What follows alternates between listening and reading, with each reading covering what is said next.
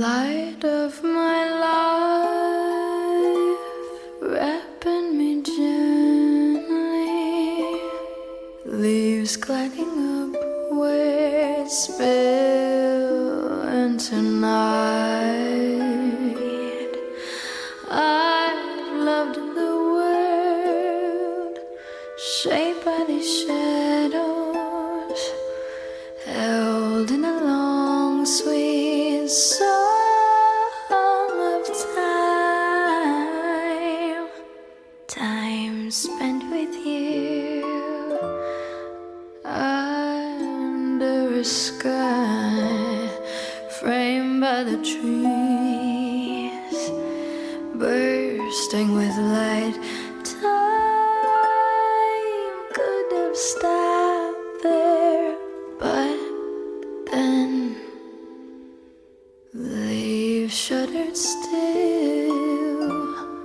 Wind hummed along our beautiful world, moving to its own song.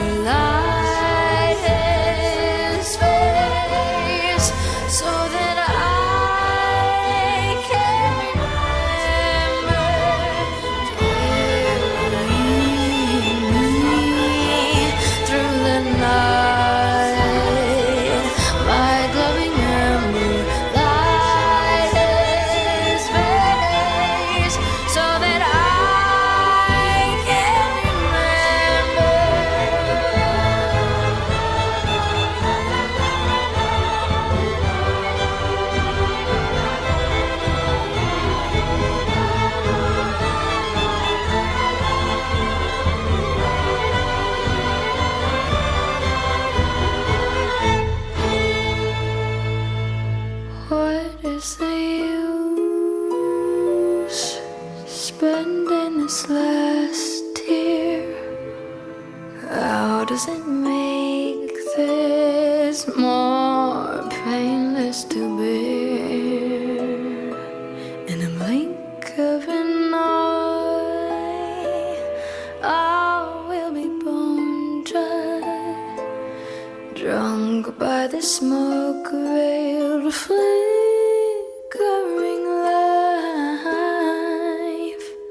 life spent with you under a sky framed by the trees, bursting with light. Time should have stopped there, but then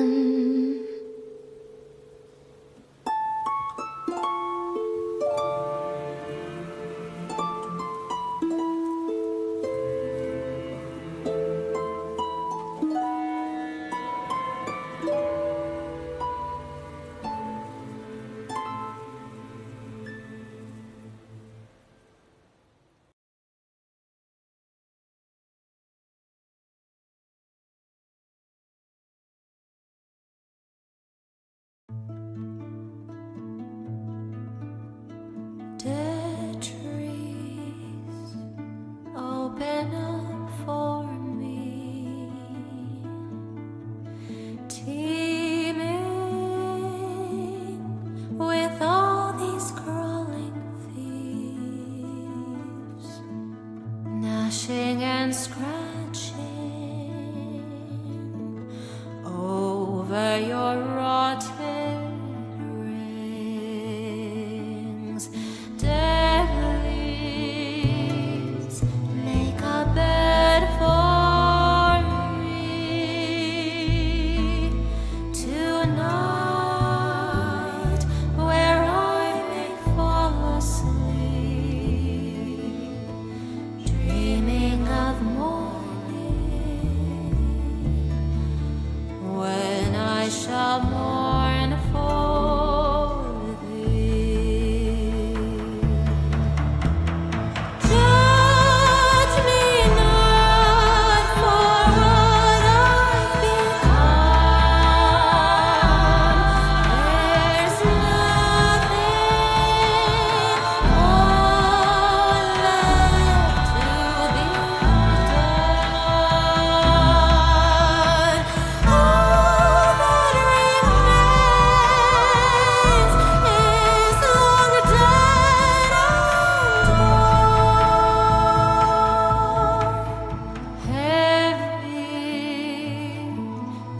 sighs the rusted breeze, dragging over sunken peat. Roses once blood bloomed, wither in ashen heaps. Buried all these fleshed dreams, no more fighting night with their king. Hungry woods reaching high, snatch the light out from the sky. Leafy sighs, creaking bones, pray you don't get found alone.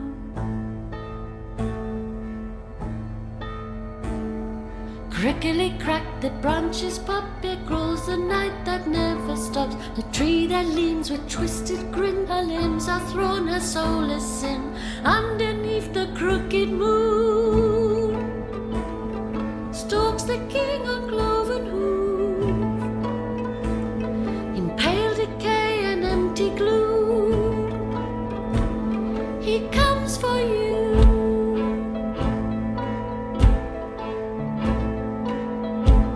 Six horns his crown, his kingdom all, for life delicious heed his call. He carries six of sword and seal, once wayward souls the fallen kneel.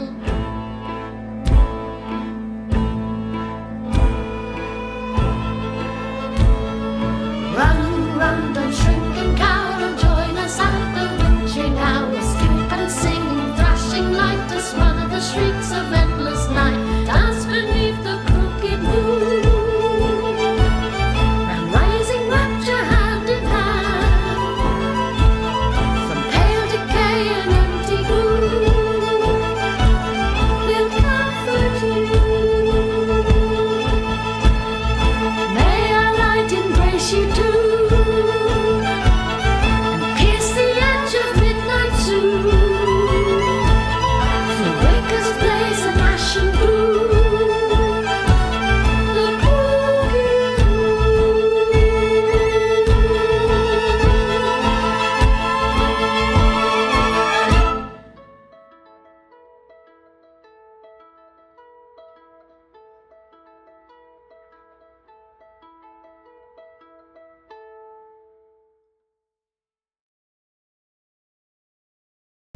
All right, everybody, welcome back to session 17 of the Crooked Moon. How's everyone doing?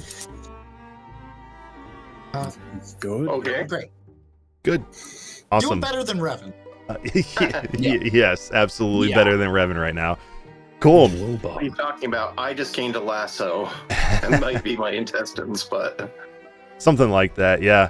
For those watching the stream right now, we have a new player here. We have Virginia, who's going to be joining us for this campaign. We're excited to have her here. We'll do some quick introductions for our characters, just to recap for everyone watching right now, and also for a proper introduction for Virginia here. But we'll start, of course, with Alder. Go ahead and introduce your character. Hello, I'm Alder.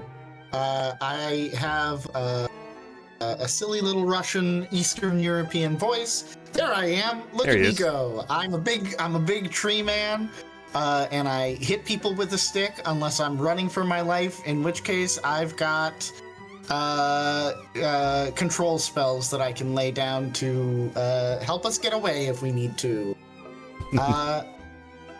But yeah, I am a druid. What is it? Circle. Circle of the old ways, which means I am focused on tanking. Yes, absolutely. And you do a very good job at it. All right. Thanks for that. Clarence. I am Clarence. I am a Harvestborn. I am a Circle of Wicker Druid. I am a silly little guy with a silly little voice who has a honeydew melon for a head. Yeah, and you got a fun little companion named Brenda. Yes, Brenda.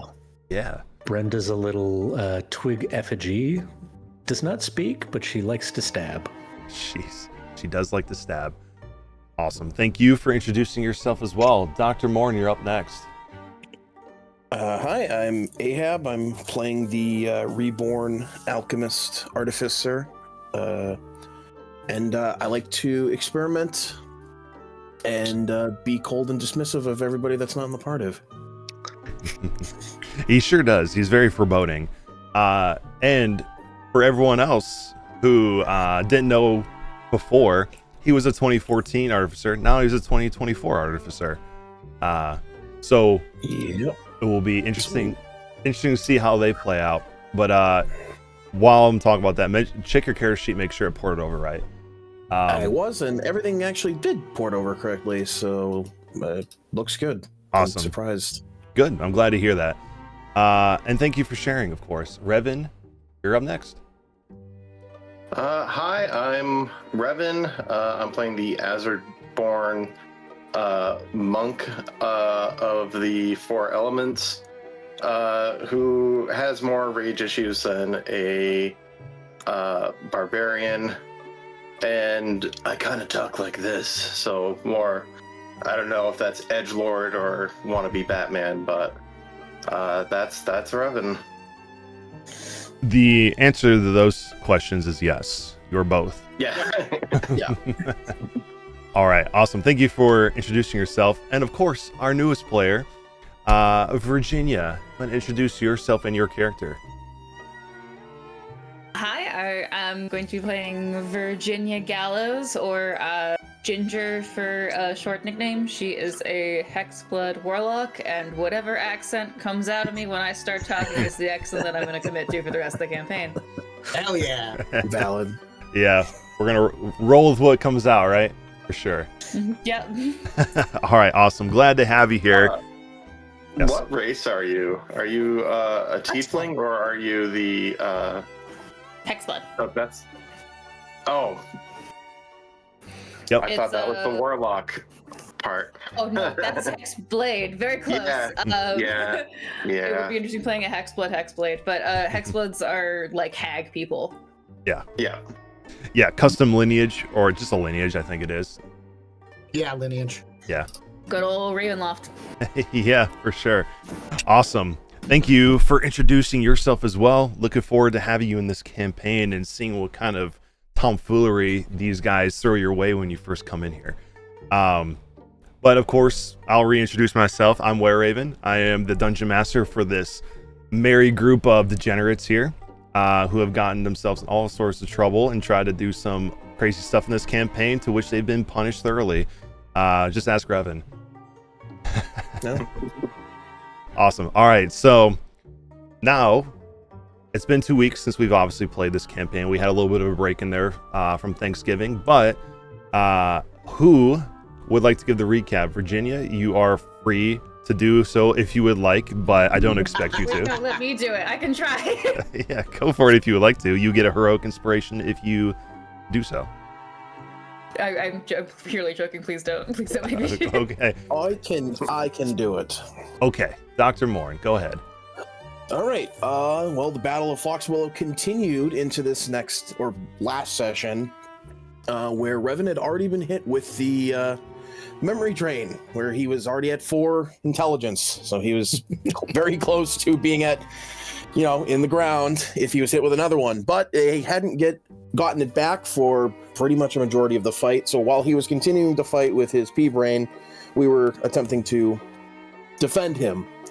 And while we were defending him, Clarence had pointed out to Alder that the windmill actually had still living people inside of it while it was burning. So we also covered Alder as he ran up to the hill using his entangle and spike growth to prevent them from following him too effectively. He had he was made it a up to the horse. windmill, and he was a horsey for brief moments as he galloped up the hill. He made it up We there. all that name. Yep. And he found that there was a woman that I don't remember the name because I forgot to write it down. And Martha. she was, Martha. thank you. And Martha was trapped behind rubble inside the windmill and stated that there was someone up at the top who was being accosted by one of the pumpkin heads, who was revealed to be his daughter. I also don't have his name. Jonah. Jonah. Jonah. I'll just pretend I did have those written down. Yeah. So We'll wreck on that.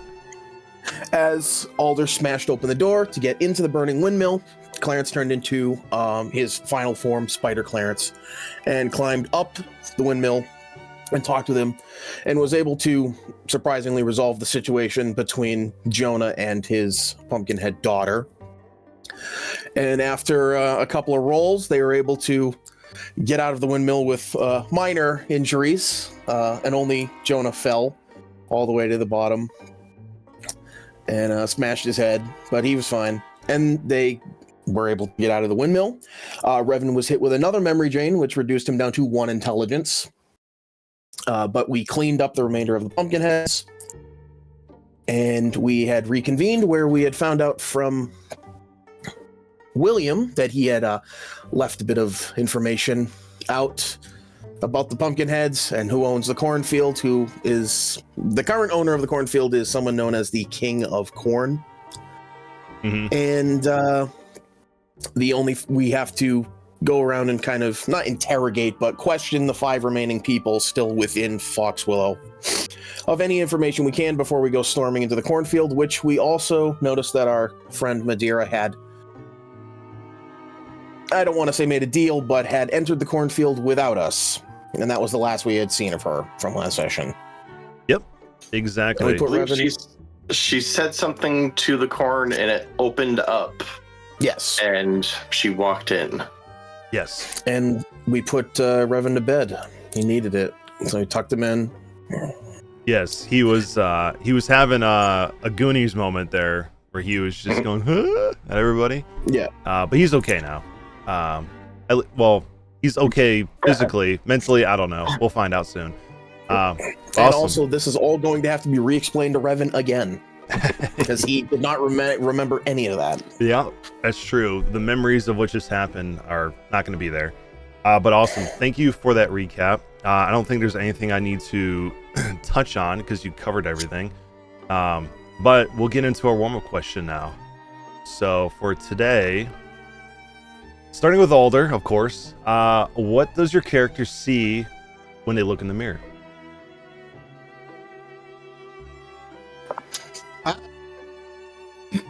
And don't say a tree because that's too easy. Yeah, no. Listen. I thought about that joke. I thought about that joke, but decided I'm above that sort of thing. He sees, someone who does their best. Alder understands he doesn't have all the answers, and he tries not to pretend that he does. But as long as the world is a little bit better from his presence in it, he is content with that. Okay. That's a very, very deep answer there. You surprised me. All right. Awesome. Thank you for sharing. Clarence, what does Clarence see when he looks in the mirror?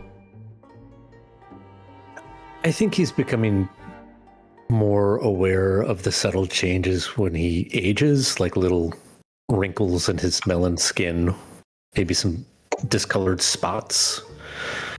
And with the whole curse going on in his village, there's some concern that perhaps he won't reincarnate when he dies, and this is it. And he's becoming more aware of his impending possible mortality. Yeah. You heard it here first. Clarence got liverworts. All right. Thank you, Dr. Morn. You're next. So obviously we're going with the more metaphorical type, right? Not just like, oh, I'm wearing a mask. Yeah. I would say he sees the delusional part of him sees someone like a savior, someone who's going to help everyone. But the real deep down, he knows, like, when he looks in the mirror, he sees someone who's not enough. He always has to be better than before. Like, he's like, I'm good now, but I could be better. Like, I could have done better. I could have done this better.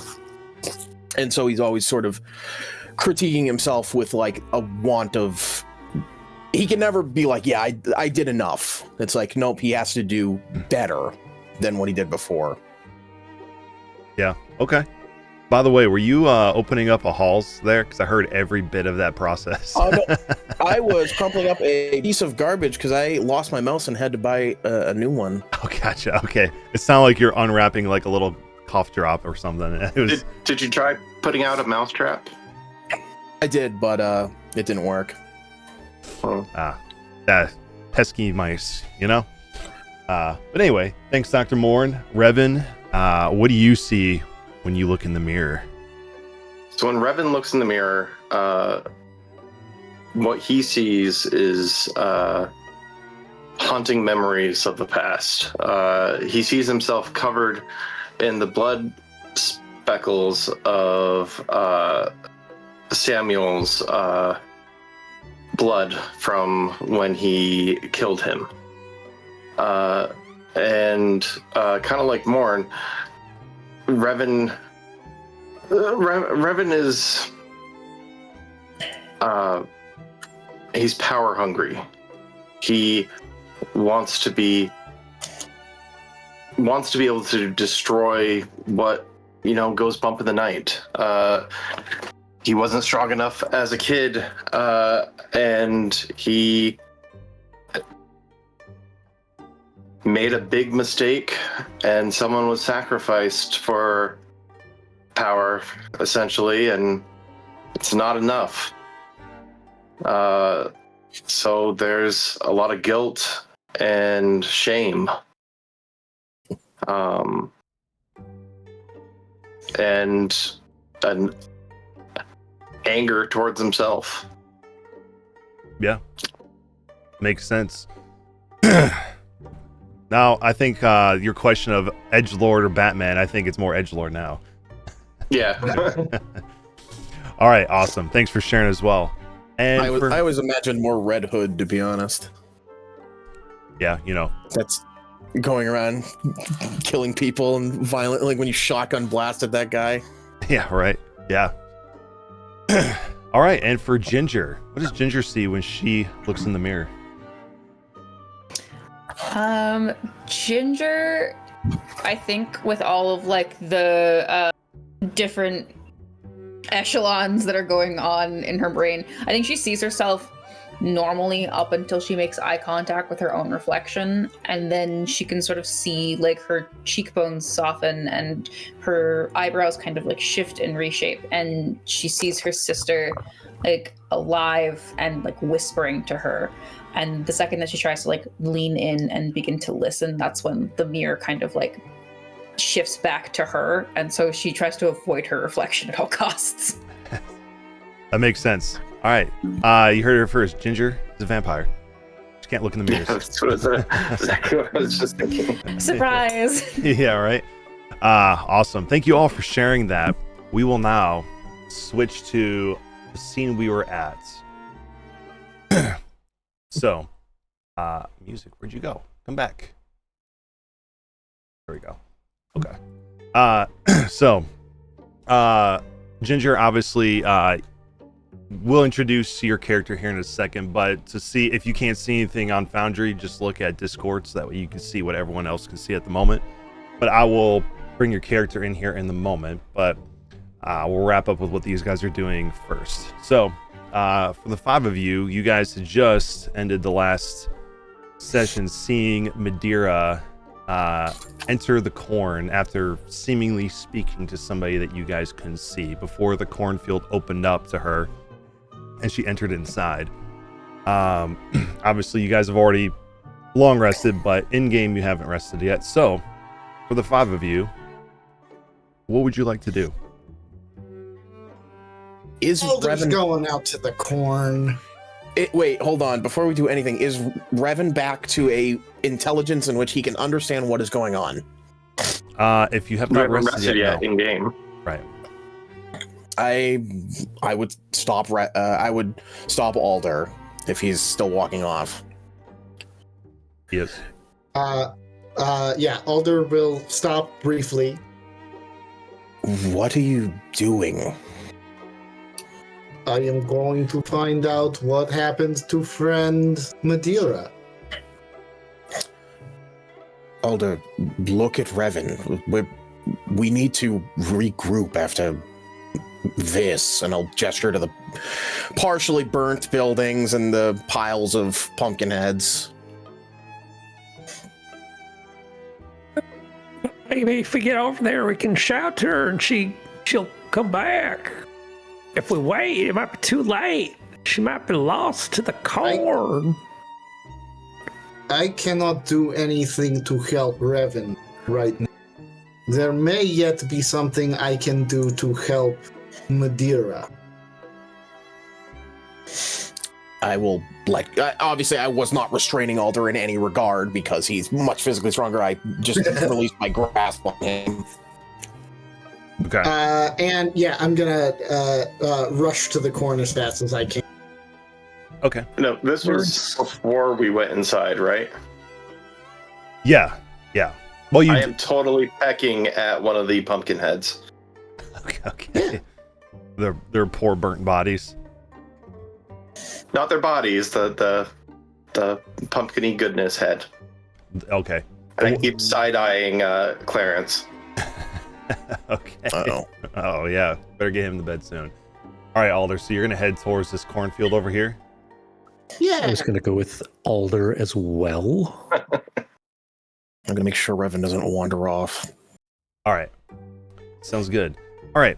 So, for the 2 of you that walked up to this cornfield, you obviously see these gigantic stalks here that rise almost seemingly unendingly into the sky before it hits a little bit of a mist from the smoke that's still coming off of the town hall here, right here.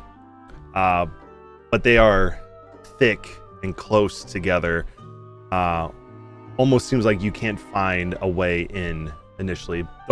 I know that the actual map shows a little walkway here. That's not there right now. But you can see this cornfield, and each of you feels this very deep and ominous presence that seems to be emanating from the corn itself. What do you guys do? Can I roll? Oh, go ahead. I was just going to say, I don't like the feel of this. Yeah, can I roll either a nature or an arcana to see if I can, if I get any specific vibes? Sure, you can roll either one. If you prefer nature, if you want to get the nature of the corn itself, you can do that. Or if you're trying to feel the presence of what you're feeling, you roll arcana.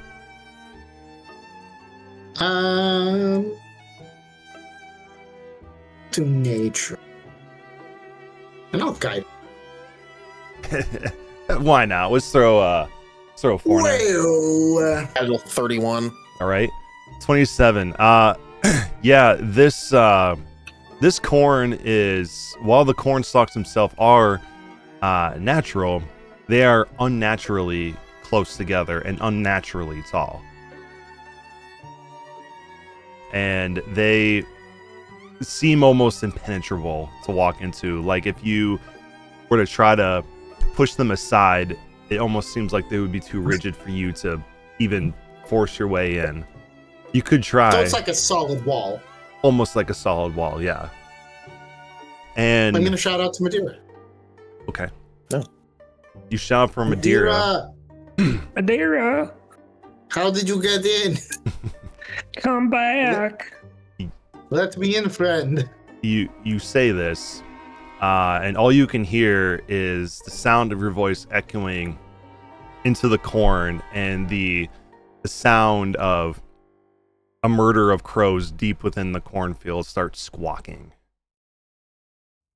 Girl, you're gonna turn into Pumpkinhead. Get back here. Each of you, real quick, roll me a perception check. Can do that. Wow. Whoa! Yeah, let's get those out of the way early, huh? All right. You both feel this, but Clarence, you feel this or sense this very, very intensely. You feel this presence that was emanating from this corn almost seems like it is reaching out to you with like shadowy hands, and you feel like there's a presence in your mind. Alder, you feel this as well, but Clarence feels this extremely strong. And both of you will hear a raspy voice come from the corn that says, "Lay bare your secrets, lighten your burden. Do this and you may enter my land of dreams."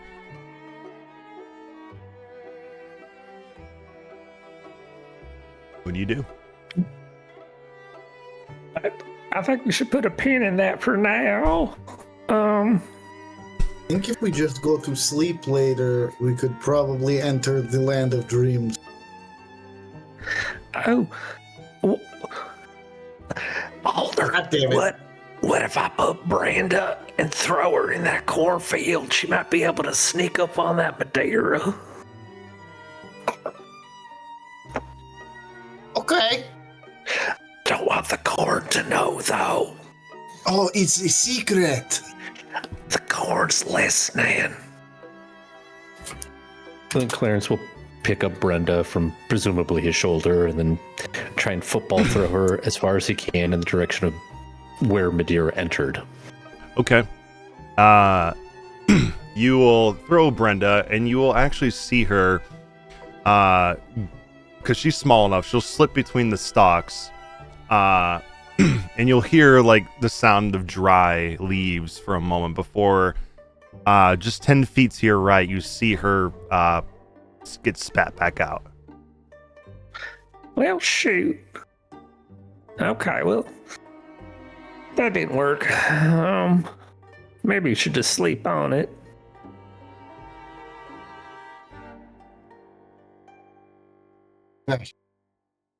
We will come back for you, Corn, and you too, Madeira. I'll be waiting. Yeah, I bet you will. Let's go, Clarence. And I just go away from the corn in a huff. Come on, Brenda. Okay.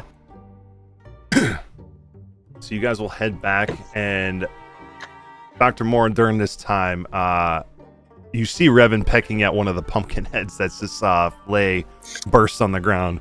What are you doing during this time? How long was that? Or were they at the cornfield for? Because that would change what I would do. About 10 minutes.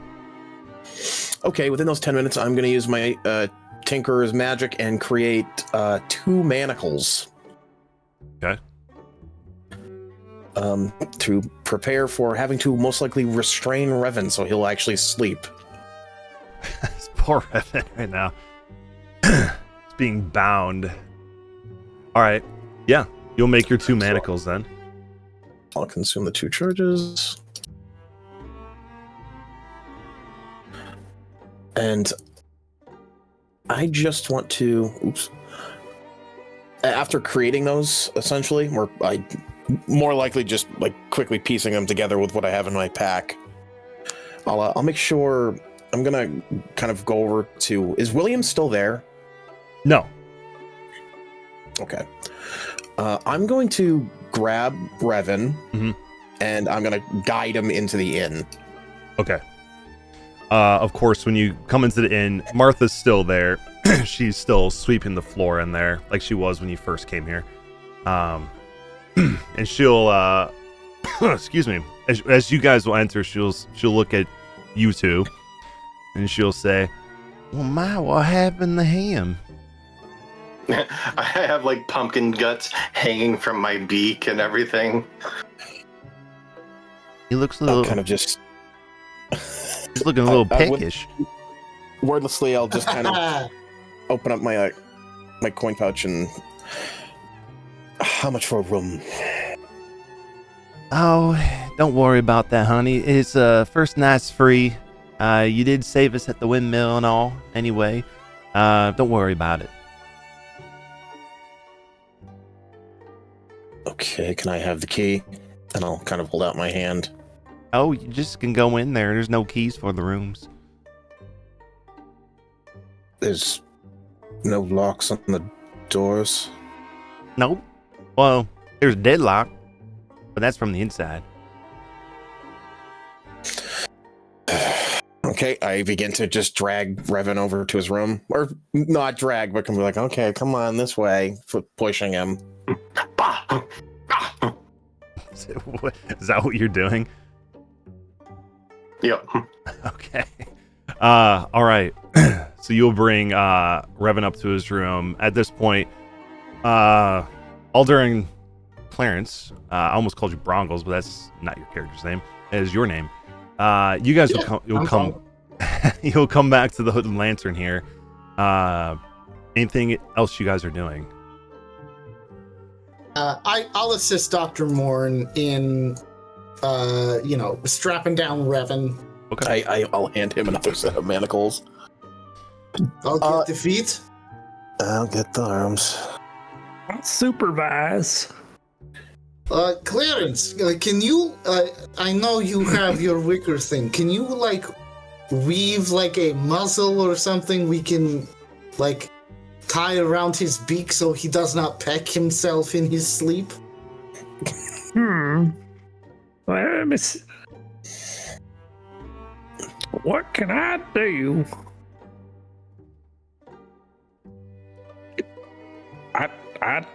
I don't know if I can do something strong enough. I can just braid together some straw from inside my body, but We're essentially trying to shackle down Incredible Hulk. If he gets pissed, he's just going to try to... Yeah. Actually, I will stay with Revan for the night to make sure he does not hurt himself in his sleep. Yes?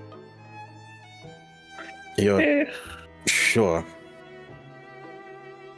And I shackle his legs. I will finish shackling Revan's arms, and can I make a perception check to see the bag? Yeah. All right, because that will change what I'm going to do. Let's see. So describe to me how you are perceiving this bag. Are you just kind of glancing over at it, or are you? I want to. Well, no. I'm now that he is restrained. Mhm. I want to physically take the bag from him.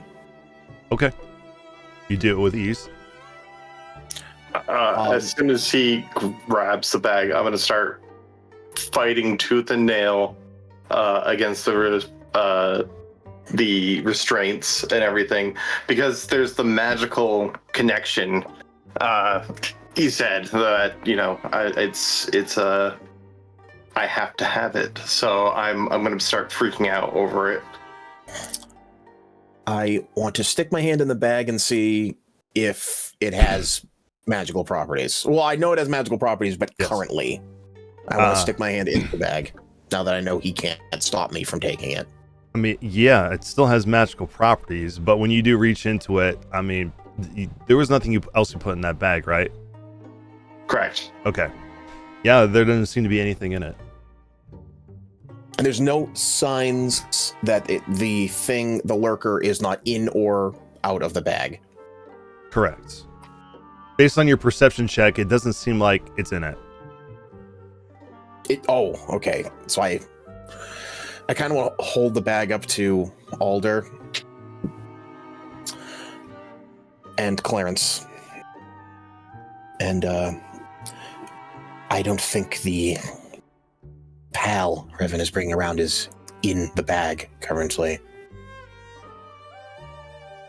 Oh, here we go again. No, I'll toss the bag back to the thrashing Revan. Calm down. You hug it like a teddy bear. Yeah, pretty much. Okay. All right. You guys already did a long rest, but go ahead and be prompted one more time just to make sure that it didn't get missed. If I accept it, it will remove the. I'm just gonna exit out of it. It'll remove the point of exhaustion that I had. Oh, okay. So I just skipped it. Okay, sounds good. Anybody else that needs to do it, go ahead, especially for those who use resources already. So while you guys are resting, and just before you guys wake up, Ginger, you are just now arriving in Wickamore Village, or Foxwillow. You just came from Wickamore Village. That's why I said it. It was in my mind.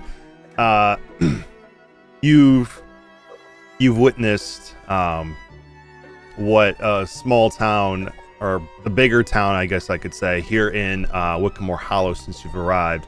What life there is like. It's very folksy, strange in some ways, but strange is not really strange to you.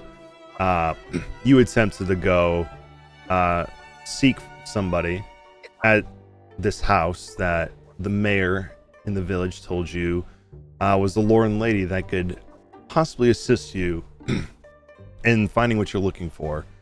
Of course, what you had read about in your book that you have acquired, the house didn't look the way that you remembered it in the book. It seemed like it was newer, not as crooked, but you met the Lauren lady, and they mentioned to you that there was some other people that they refer to as more outsiders to the village that had headed up to Foxwillow to help the town figure out their problem with their livestock and their fields dying and failing over the past couple of months.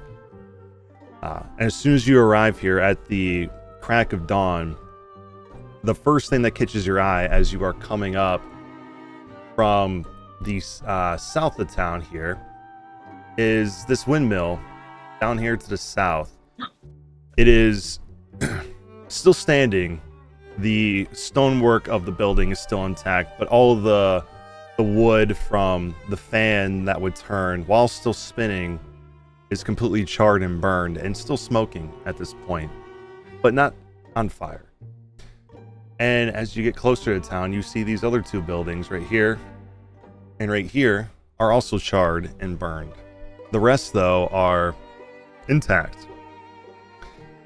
And once you start entering the village itself, you notice scattered around the center of town are these scarecrows, some burned and are just ash now, some with smashed pumpkins lying next to broken wooden bodies, all scattered around here, roughly about 8 of them, and some that were heading towards the windmill, all of them surrounding this tree at the center of town that, once you get here, immediately catches your eye amongst these bodies lying here.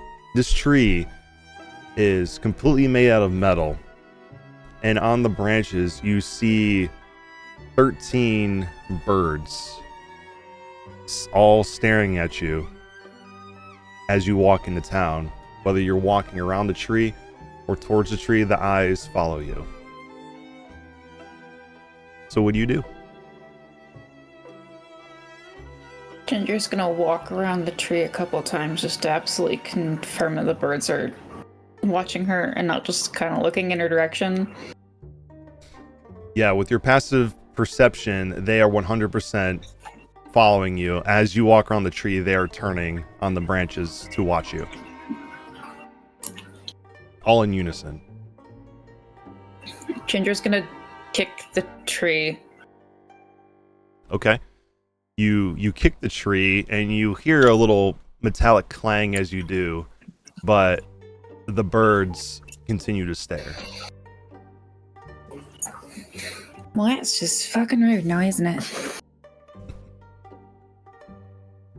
Hey! You seen like 5 people around here? Are you asking the birds this? Yes. I don't want to speak with animals. I'm just asking the birds. Yeah. They don't change what they're doing. They continue to stare at you. Give me a quick perception check, though. Oh, terrible at those. Would the Juskinvalls have given me a like a description of the people that I'm looking for? Yeah, they would have. What they would have told you is you're looking for a walking tree by the name of Alder, an Azureborn who looks more raven than harpy, named Revan, a walking scarecrow with a honeydew for a head named Clarence, and a plague doctor looking individual by the name of Dr. Velen Morn, wearing all black. And they said if you couldn't find them, then speak to William Lodge. 4. Yeah, so you don't notice anything else about your surroundings. These birds are really catching your attention here. All right. Well, y'all ain't very helpful. You know where I could find a William Lodge? They don't change anything that they've done since you've started speaking to them. But as you're kind of saying this, you'll feel out of the blue a hand touch your shoulder.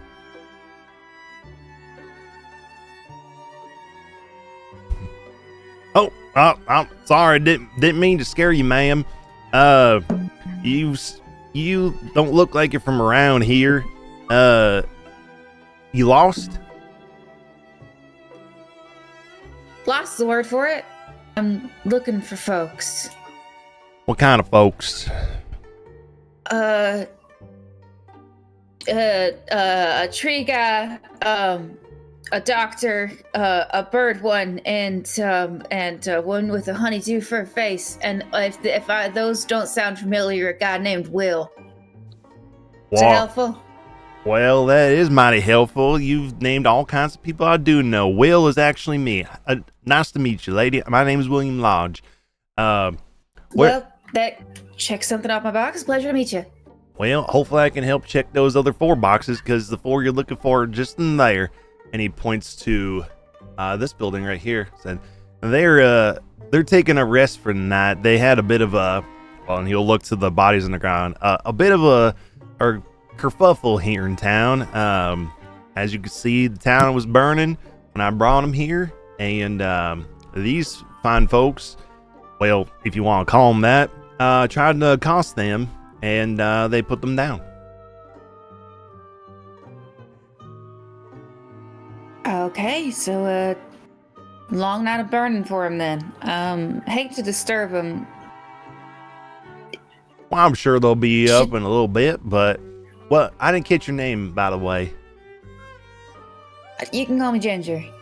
Well, nice to meet you. You said your name was William? Yep, my name's William Lodge. I'm one of the few people left here in Foxwillow. There's me. There's the 4 you mentioned. Also in there is Martha. She's the one who runs the place, Martha Langtree. Her 2 kids, Isaac and Adelaide. They all reside there, though Adelaide kind of comes and goes over time. And then just across the way over here, as he points to this building, you can find Jonah. But that's about the long short of it. Everyone else is gone. She'll point to one of the burned scarecrows. Is that everyone else? Oh, well, kinda, but not exactly. That's what That's what came out of the corn. The rest of the townsfolk, they were looking for an old friend of ours since all the crops have failed, thinking that he might be able to bring prosperity back to the town. And none of them came back out of the corn except for these folks, people that, as best I could describe them, as effigies that were wearing their clothes and had their pumpkin faces look just like them. So people went into the corn and came out like that? Yes, ma'am. Well, Mama always told me nothing really dies in the corn. So, I just wait out here for him then. Well, if you want to, I mean, or you could go away in the Hood Lantern and speak to Martha. I'm sure she'd be able to fix you some breakfast if you're hungry. I ain't all much for eating, but could a girl get a stiff drink in there? I mean, if you think that some milk is pretty stiff, I'm sure she could spike it with something. But yeah. I'm desperate. Spiked milk it is. If you see him, could you direct him in that direction? Oh, I mean, I don't want to wake him. Oh, I mean, they're sleeping up there. I'm sure they'll see you when they're coming down. Fair enough. And Ginger will go to the Hooded Lantern and try to get some pulpy, strong milk. Yeah. Just some milk mixed with a little lime to make it nice and curdly. Yeah, you'll enter inside. And when you come in here, you see a pretty simple establishment in here. Looks like a typical inn. You have your bar here in the front for people that are served food and beverages, and a couple of tables where people sit at. You only see one woman in here, and I'll pull up her image. I should have done that with William too, but this is the man you saw. I apologize for the images being so small, but that is the best they gave me. But that was William. And then for Martha, this is the woman you see when you enter into the Lantern. And she's currently behind the bar, staying next to like a single eyelet stove that has a big thick black pipe that's going up to the top of the building and to the side, and currently cooking up some eggs and some bacon on top of the stove as you come in, and you can just get the waft of a simple breakfast being cooked here as you enter inside. But she'll hear you come inside and she'll say, "Well, there's all kinds of new folk coming into town. Go take a seat. I'll be right with you." Will do. I won't make you cook too much. I'm really just looking for booze. Oh, you're looking for some booze, huh? Pick your poison. What would you like? You got fire water? I could put this water over the fire. No, like a whisk. I mean, who am I to say no to hot water? But I mean, like a whiskey or something. Oh, whiskey? Yeah, I'm sure Isaac left the bottle in here somewhere. He's always sneaking hooch and hiding it places. Give me a moment. And she'll look down and she'll hear rummaging through some place and say, "Uh-huh, just as I suspected. Yep, Isaac snuck some hooch from old Jonah's house. You can have the rest of it. I haven't seen Isaac in a little bit, so you can have this. He don't need to be drinking anyway. He's still a little too young for that." And she'll put a half-filled bottle that looks like a dark liquor. Give Isaac my best. What do I owe you? Oh, well, you owe a conversation with Isaac, let him know all the bad things that can happen when you drink too much at your age. That's all I ask. Maybe he'll listen to you. People don't really. Huh. She's gonna put 2 gold on the table. Well, thank you. You didn't have to do that, but I do appreciate it. Are you looking for anybody in particular, or you just pass through town? I'm waiting for the 4 chaps that set everything on fire to wake up. Oh, them? Oh, yeah. Did they set it on fire? I didn't think they did. I thought that I was. just figured. Sorry, you go first. Oh no, I didn't mean to interrupt. I'm sorry. You were looking for the 4 of them? Yeah, got sent here from Wickermore. I think those fellas could help me out with something. So I'm just waiting here. All right, well, I'm sure. I don't know how long they snooze. They just came into town yesterday, so hopefully it ain't too long. But yeah, they've been pretty helpful so far. I mean, they put the fire out, and you saw the scarecrows outside, right? Hard to miss. I'll be fully honest, and I miss a lot of things. Yeah, they are kind of hard to miss. I'm sure. Did you meet William yet? Yeah, fella outside, straw hat. Yeah, that's him, the old fool. Yeah, I'm sure he told you what was going on already, right? Yeah, people go in the core and they come out all weird, and then those guys set him on fire. That's what I got from that. Yeah, something like that. Yeah, there's just the 5 of us left. Though I don't know where my kids are at. Adelaide's been gone for a little while, and Isaac, he hasn't come back last night, so I'm not sure where they are, but other than them, just me, Jonah, and William here now. They go in the corn? I don't think so. I mean, I told them expressly not to go in there, and last I checked, Isaac was here the night before.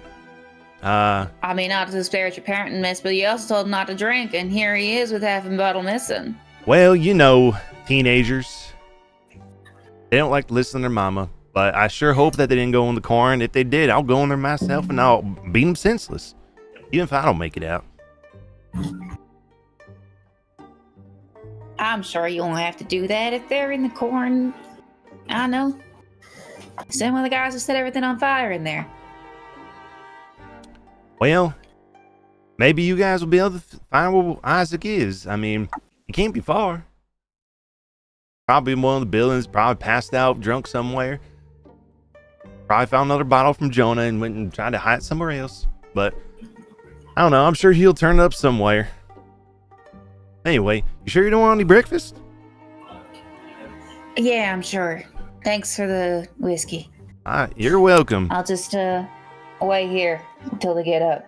All right. Well, make yourself comfortable. I already have, darling. DM. Yes.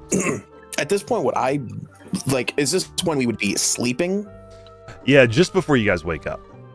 I was gonna say because I only need to technically rest for 4 hours, so I would get True. up ahead of time. Were you staying in the room with Revan? Nope, Alder took the honors of doing that, so I went to my own private room to work on a project. Okay, gotcha. Did you already do said project? I was going to ask you. I should have run this by you before asking, but since replicate or I have magic item plans now, Mhm. I wanted to make a manifold tool. A manifold tool? It's from the new book. It is essentially a Swiss Army knife that can, as long as you are attuned to it, it can be any tool set. Okay. Did you have a particular tool set you wanted then? Oh no, it is an omni tool. As long as Oh. I have it, I can change it and it can represent any tool set. Oh, I see. Okay. So I can be like, oh, I need Smith's tools. It then will become Smith's tools, or Oh. it will become a poisoner's kit or something like that. It describes itself as basic tools. So Yeah. I'm sure if it was like a too hyper specific, probably not. But Right. Okay. Yeah, I mean, I don't think I have an actual item for manifold thing, whatever it was called. yeah, it's because it's from the new new Artificer like book. Yeah. I had it pre-ordered, so I was able to like immediately get access to it. But I don't think I can add it to my inventory. Okay. Well, we'll say you have it because I don't have an actual physical item for it, but you do. Yeah, you can create it, and then whenever you need a tool, just let me know, and we'll go through that. All right, I'm sure I could. I probably could add it on my D&D Beyond sheet if you want to update it there. But yeah, Sure. that's what I would have made, and then I would have definitely come out into the inn. But here, let me add it to my D&D Beyond sheet. Yeah, go for it. But yeah, while you're working on the project and you're building your manifold kit, You did hear the bell from the front door open up, and you heard some like mumbled conversation going on downstairs. I would go downstairs once I'm done. I also added it, so if you want to update my sheet, it should be all good. All right, we'll do. But you head downstairs, and you of course see Martha behind the counter, currently making breakfast. And Ginger, go ahead and describe what your character looks like for what Dr. Morn sees. Absolutely. So sorry. I just ate a pistachio. You're good. Ginger is about, like, for all intents and purposes, if you don't see the horns or the tail, relatively human looking. She is probably about like 5'4". And she is in like a hooded duster with the sleeves kind of cut off on either side, and a like scarf very tightly, almost wrapped like a bandage around the bottom half of her face, so you can just see her eyes, which are this like very, for lack of a better term, like a violent purple and green. She has two like fleshy antlers kind of poking out from either side of her temple that kind of like curl towards like a crown, and she's covered in like these wrappings on both of her arms and legs, and from the in between you can see peeking out like tattoos of like a full snake on one hand, on one arm, and then like a skeleton, like a snake skeleton on the other arm. And I think you can probably hear her before you see her. Her tail, like kind of like a tiefling's tail, it's hooked in an almost like alien-like fashion, but as it kind of like sways back and forth like idly like a cat's, you can hear that it kind of like rattles like a snake's. And she's just drinking straight from the bottle. the dusty bottle from under the shelf. I should probably describe what I look like, right? Sure. Okay. So you would see he's about 6 foot, though he always has he kind of is always slightly hunched. He's incredibly malnourished looking, like barely meat hanging from the bones, and his clothes make him seem bigger than he would actually be. He wears a dirty black sort of stain from, different tinctures and stuff like that he's worked on, and grease. And again, you would also hear just the rattling of glass and metal like tinking against each other as he goes down the stairs. And you would see a tank on his hip behind, with the tube going from behind into his mask, and it has a faint like hiss and like sort of green like sort of glow to it as it goes into his mask, and one of the lenses on his mask is cracked, and you get the distinct feeling he does not care what he looks like or what other people would immediately assume he looks like. And he the moment he sees you, he just sort of walks directly on you and is immediately suspicious of you, because he did not see you when we came in, and he's seeing you now, but he doesn't notice any aggressiveness coming from you, I'm assuming. Ginger waves the bottle. What kind of look? Is William in here? No, just Martha. I will slowly approach. Oh, also, I should mention he has a familiar sitting on his shoulder, a homunculus with a small little bowler cap on his head. And I would. Is this your homunculus or is this Pox? It's Pox. I actually lost my homunculus. I do not have access to that currently. Really? Let me fix that. Because isn't it a spell now for you? It is a spell now, and I do not have access to it currently. So my homunculus is currently just an amber necklace that I have. But yes, Pox would be on my shoulder, and I will slowly approach Ginger. Obviously, she's waving, so I'll kind of walk over. I don't believe I saw you when we came in. Are you one of the residents of Foxwillow? This is No, Pox. as far as I'm... Jesus. Yeah. Jesus Christ. That was a jump scare on my screen in real life. Don't worry, my dog doesn't bite. Okay. Thanks for the reassurance. Sorry, didn't mean to react like that. I'm still kind of getting used to this whole I just thing. imagine just like it just comes around, just hisses and just makes the most awful, like in your face. Just pokes his eyeless face. What's up? Ginger yeah, still he starts can- like waving talk. like a cat's does. Like when a cat's really unhappy and it starts just waving back and forth. Yeah. No, I ain't from here. Last I heard, everyone from here is either a scarecrow or missing. So, pity the fool, I guess. You're one of them. Presumably, you ain't the tree or the melon guy. He would stick out his hand and say, "No, I'm Dr. Valen Morn. I'm perhaps at your service." The doctor. Should have guessed from the mask. Hi. You can call me Ginger. The Druskenvalds sent me to find y'all. Eyes slightly squint behind the mask. The Druskenvalds sent you. The Lord and Lady, Well, I'm quite familiar with them. It wouldn't happen to be a checkup, would it? We didn't exactly walk away from the Lord with the most positive, and I'll kind of think back to Revan's actions in the mayor's office, with the most positive interaction. I don't think it is.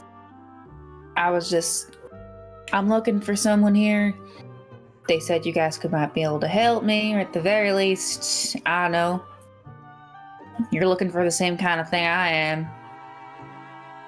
Guess they figured I could help you, you could help me, quid pro quo and all that.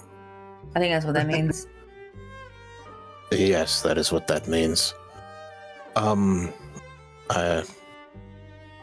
He'll kind of sit down.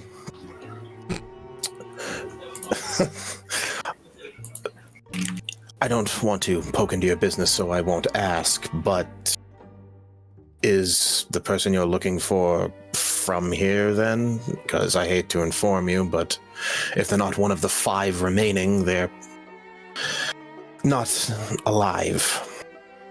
Oh, yeah, no, she wasn't from here. Don't worry about that. I was given a whole little lowdown by Will outside that everyone who goes in the corn comes out a little bit fucked up. Oh, so he told you exactly what was going on, but... Yeah, and then all the other guys outside were set on fire. They set the fire, yes. We showed up mere... I realize I don't have a watch on me, so I'll kind of just guesstimate. Maybe an hour ago we arrived, and the pumpkin heads were burning the town hall and the general store and the windmill to the ground. And when we attempted to put the fire out, they attempted to kill us. Oh, so y'all didn't set the fire, the scarecrow guys did. Yeah, no, we didn't set the fire. We just got here. Damn. But there's still tons of the pumpkin heads around. I'll kind of lean in. You wouldn't happen to be a naturally aggressive person, would you? Like in general, or? Like if someone were to start something with you, would you be the type to let it go or finish it, say? Depends on what kind of shit they're trying to start. Well, while we're here, you might want to turn the other cheek. We discovered that the pumpkin heads kind of have a ill reaction to negative emotions or rage.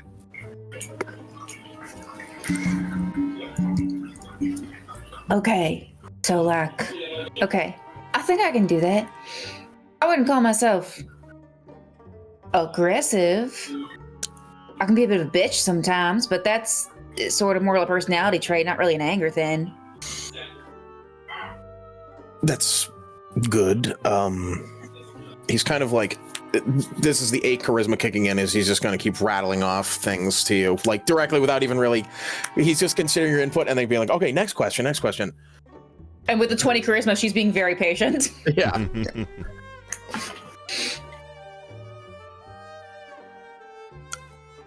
Let me ask you one other thing. Does she have any weapons on her? She has a kind of like on strings, like almost, oh god, I forgot what it's called. It's like an old medieval style of like purse carrying. It's like a chain with a bunch of different things on it. One has a book that is so very clearly evil. I cannot stress enough how evil this book looks. It looks like an Necronomicon. Like there's no other way to put it. It's definitely human skin, and it's definitely got a face on it. And then there's a symbol next to that. Yeah, as I'm hiding my wereweasel under the table.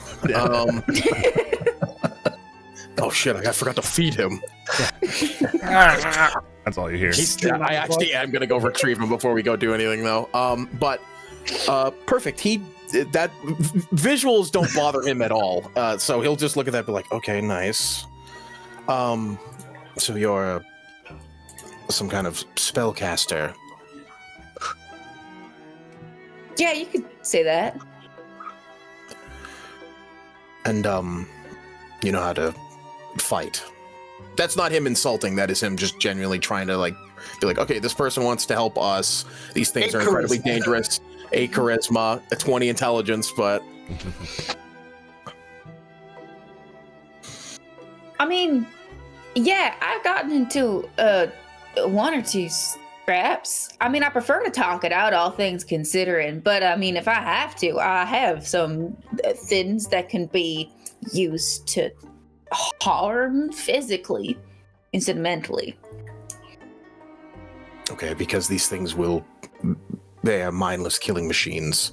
We've only been able to get them to stand down when forgiveness was shown. I don't necessarily... Virtue? I suppose, but I didn't think these cursed constructs would care much for that, considering they just wanted to burn buildings down and kill people. Weren't they once people? Dr. Moore knows that, but he also knows that, like, they don't have anything, like, I've been able to, like, get a decent look at one, right, DM? To the point where it's like, there's nothing really human about them. I cut open their body, there was nothing in them, just straw. There's, like, almost nothing human left. Right.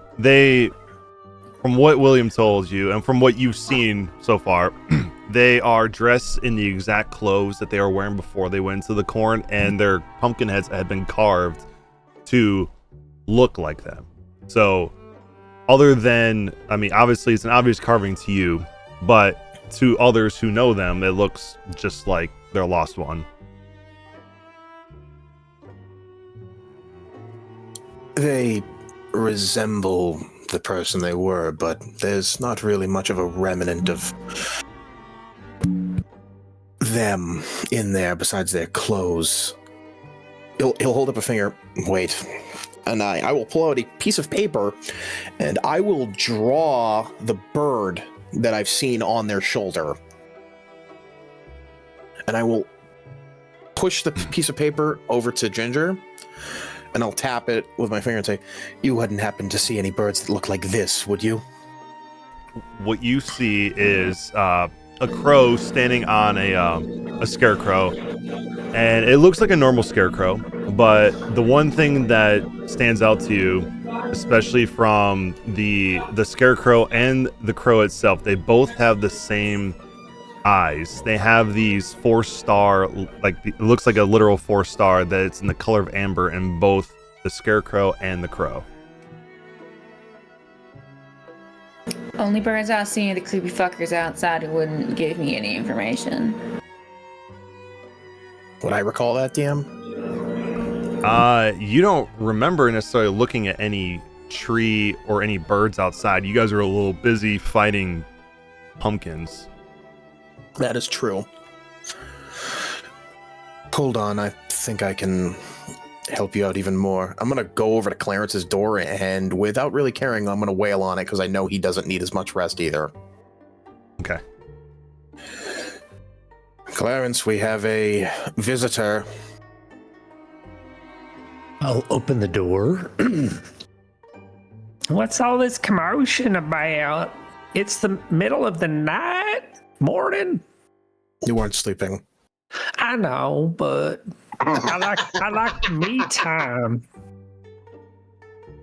I do as well, but I think this warrants you getting involved. Okay, what's up? I will walk him over to Ginger at the table. Hi, who's this? Well, I will allow her to introduce herself as I will just kind of watch. Hi, I'm Ginger. Do you want some? And she will offer him some of the whiskey. That is mighty kind, but I do not consume food or liquid. It does not sit well with me. That's a shame. Is that like a medical condition or? I lack a digestive system, so it just sits in my face until I lean one way or another, and then it just comes spilling right out. I'm so sorry. I mean, what can you do? It's the way I was made. Well, that is beautiful nonetheless, if not torturous for your existence. I mean, it comes with its perks, though. I don't have to worry about things tasting bad. I keep hearing about food tasting awful, and I mean, shoot, one less thing to worry about. Anywho, what brings you to this particular lovely village? Well, to be absolutely precise, you two, and most likely also the one that looks like a tree and the bird one. Those are the ones that I was told about from Philip and Adela. They Oh my said you'd be able God. to help me out, and vice versa. You met the Dreskenballs too? They invited me into their weird home. They are so generous and nice and well put together and elegant and pretty. Wait, Ginger, their house was normal, right? Yes, right? Yeah, it looked a little old, but it wasn't like it didn't look anything out of the ordinary. I mean, it's probably seen better days, but it's the nicest house I ever been to. Good. That's good. No weasels? No giant men introducing you at the door, 8 feet tall, top hat. Not trapped in the memories of past horrific murders? Or I mean, I feel like I'd remember an 8-foot-tall gentleman offering me something, so I don't think so. I kind of look to Clarence and then look back and then look back to Clarence. We would fetch the others, but one of them is in, let's say, critical condition, and our other compatriot is making sure he doesn't leave. What kind of critical condition we talking? I'll just look back, think in my mind of like the mess of Revan with his spilling intestines out and scars and his one intelligence. Well, you'd probably want to see him at his, I'll use air quotes, best. And now is not his best. He's got kind of a tummy ache. I hate to disturb him, but if I can help it, I'll be more than happy to. He wouldn't happen to have anything that could possibly put, he'll kind of under his breath, put organs back in your body, would you? I got 2 hands. I mean, that's always appreciated, but I was thinking more of the magical sense. Ain't you a doctor?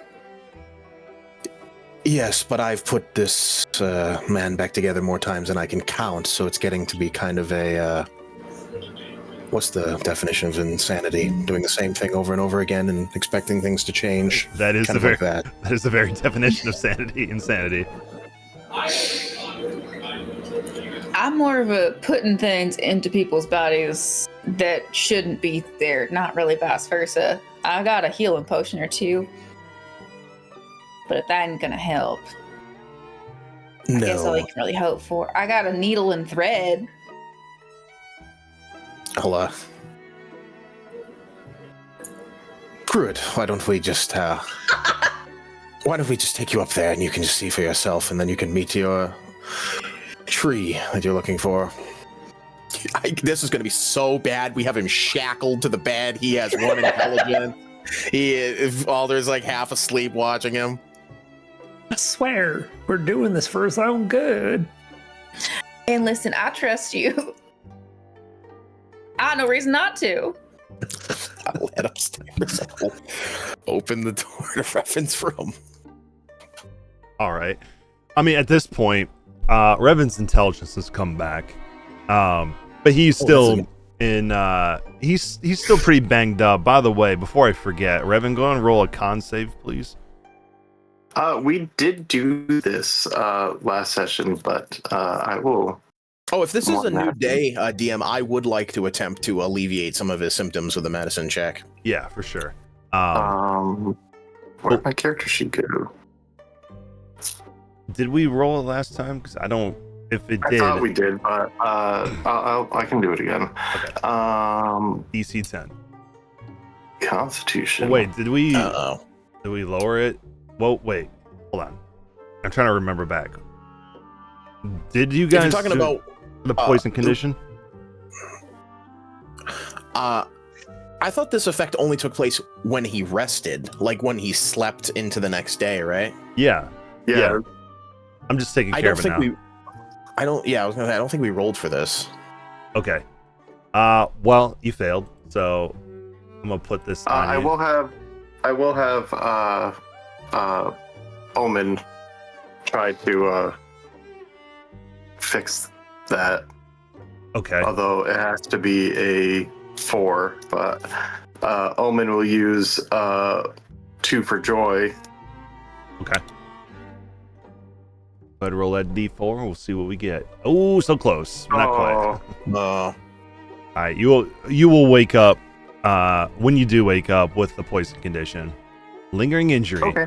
But Ginger, when you come up here with Dr. Morton and Clarence, what you see is a birdman laying on a bed who's been shackled by his hands and feet, who currently has, at this point, his entire stomach is featherless and black and blue from all of the damage you've taken there.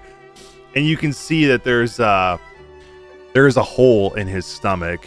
And you get, as soon as you walk in here, you can smell something like semi-rotten in here. And there's a giant tree man who's cuddled up with him. Yep, he's the big spoon right now. Yeah, I'm always the big spoon. Big heat rock. Never the bride. Yep, but you don't have to sleep either, right, Alder, or do you? I do. Okay, so they're both fast asleep in here. Aww. Would waking them up ruin their long rest? No. I will proclaim, time to wake up. 5 more minutes. No, no. Buddy, it's Oh time to no, get this is so up. loud. Okay, I'm awake. You're getting blood on yourself, Alder. He's covered in blood. Where am I? Not the first time. What happened?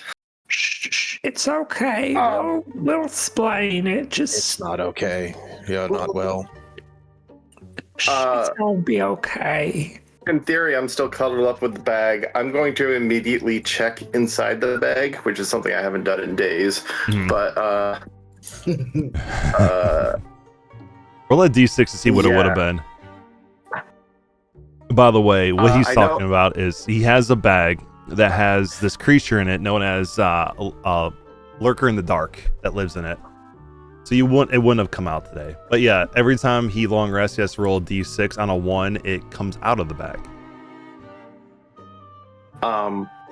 Seeing that it's not there and feeling my wounds. The lurker escaped. Oh, did it do this to me? Yes, I checked last night. It was gone. It possibly has been gone for days. But no, it didn't do this to you. It was all them pumpkin people outside. This is the lurker. Look at them teeth. You gotta stop jump carrying me, man. You joined a horror campaign. I know. I have a Blair Witch tattoo. I don't know why this is disturbing me so much. If you Good were thing you missed disturbing, Filthy you Jasper. should have. Yeah. I'm looking at my copy of the Saw script on my wall right now. I don't know why that is what I drew the line. That's fucking awesome, actually. No, you should see Jasper. That's. Oh, Don't do it. Oh, wait. He's no. coming back. It's God all right. damn, I knew it. I got you. Don't worry. Well, now I gotta see Jasper. Yeah. I like Jasper. This is Filthy Jasper. Jasper's kind of cute. Okay, Jasper's adorable. He's cute. I hate you. The other two can get fucked. Jasper's my favorite. God damn it. I hate him so much. He's half weasel, half man, all nightmare. Okay, great. I'm so glad. Don't worry. He's dead. Air quotes. I hate We you so think. much. But anyway, you two wake up and you see, of course, Dr. Morn and Clarence, but you also see a new person here. And of course, Revan, you wake up having no idea how you got here, but your stomach, your stitches are open back up on your stomach again. Oh, did I get faulty healing? Ah! You just got the crap beat out of you by them pumpkin people. I'll give you credit. You fought for a very long time and almost died, but you're still here. So credit where credit is due. Right, so we see pumpkin people and we destroy them. Right. Let's maybe take a more temperate reaction than immediately attacking them, considering a gesture to him. Clarence, why don't, He's not a pumpkin. I'm not gesturing to Clarence. I'm be like, Oh. hey, Clarence, help me fucking help this dude because he's fucked up. Oh, we doing that right now? Okay, I'll lend a hand. I'm gonna step off to the side, and I'm gonna just like look over at Ginger, look back at Revan, and I say, "I like your horn." I'd like to roll a Constitution saving throw so I can cast guidance on Dr. Morn. Okay. Go for it. Gotta be a 15. You don't succeed. Ouch. Okay, Medicine. That exhaustion's not helping. I help with this? Yes, I you think can. I have something. Yes. we need to Use that one alcohol again. Oh yeah, the absinthe. the Remraz absinthe. Yeah. But yeah, Ginger's also still holding the bottle of whiskey, and she will offer it to Elder. I like your whole vibe. Oh, thank you. Yeah, Alder is almost 7 feet tall. He's got like a crown of like wood and like mossy hair that cascades down around the back. He's wearing like all leather, fur, and bone. Like where the wood is cracked, like there's like little glowy bits. And he says, "Oh, thank you. You're I welcome. moisturize." You gotta do that for wood. You know, it dries out so quickly. Sorry, I'm just looking to see. you're good. I think I have. DM, I actually also had a question. I meant to ask you a while ago. Okay. When doing these like surgeries or like these sort of like medicine checks, if I had a healer's kit, would I get like some sort of additive on top of this or no? Yes, you would. It should. I usually do it with. You would roll it with advantage since you have a healer's kit. Your medicine checks. If I had a healer's kit and I had advantage, would it be like, oh, add a D4 or add a D6 or something, or would it just be the advantage? Yeah, add a D4. Hey, I actually have. You're talking. I think I found this on the train actually. And I'm gonna hand you the. I'm gonna actually hand it to you. Send a player. I'm actually going to go downstairs. I don't like seeing my friend's insides on his outsides. And Alder's gonna head out. Okay. All right, I will. I'll look at Revan like, okay, you've had this the whole time. Okay, thanks for telling me now. But I'll take it, and with the help of Clarence, I will attempt to alleviate his injury. Okay. And Ginger, did you say you had something that you could help with? I have like 2 different abilities that can give you a D4, so I can just cast guidance, I think, to help, if that will help. Okay. Yeah. Then that will stack with the D4 from the medicine kit. It'll be a D8 then. Yeah, I think so. A D8, cool. Okay. Thank the Lord. You're welcome. She'll just So 16. she'll All just poke the back of the doctor because she's not sure how he doesn't seem like he's super like a touchy guy. Nope. Not really.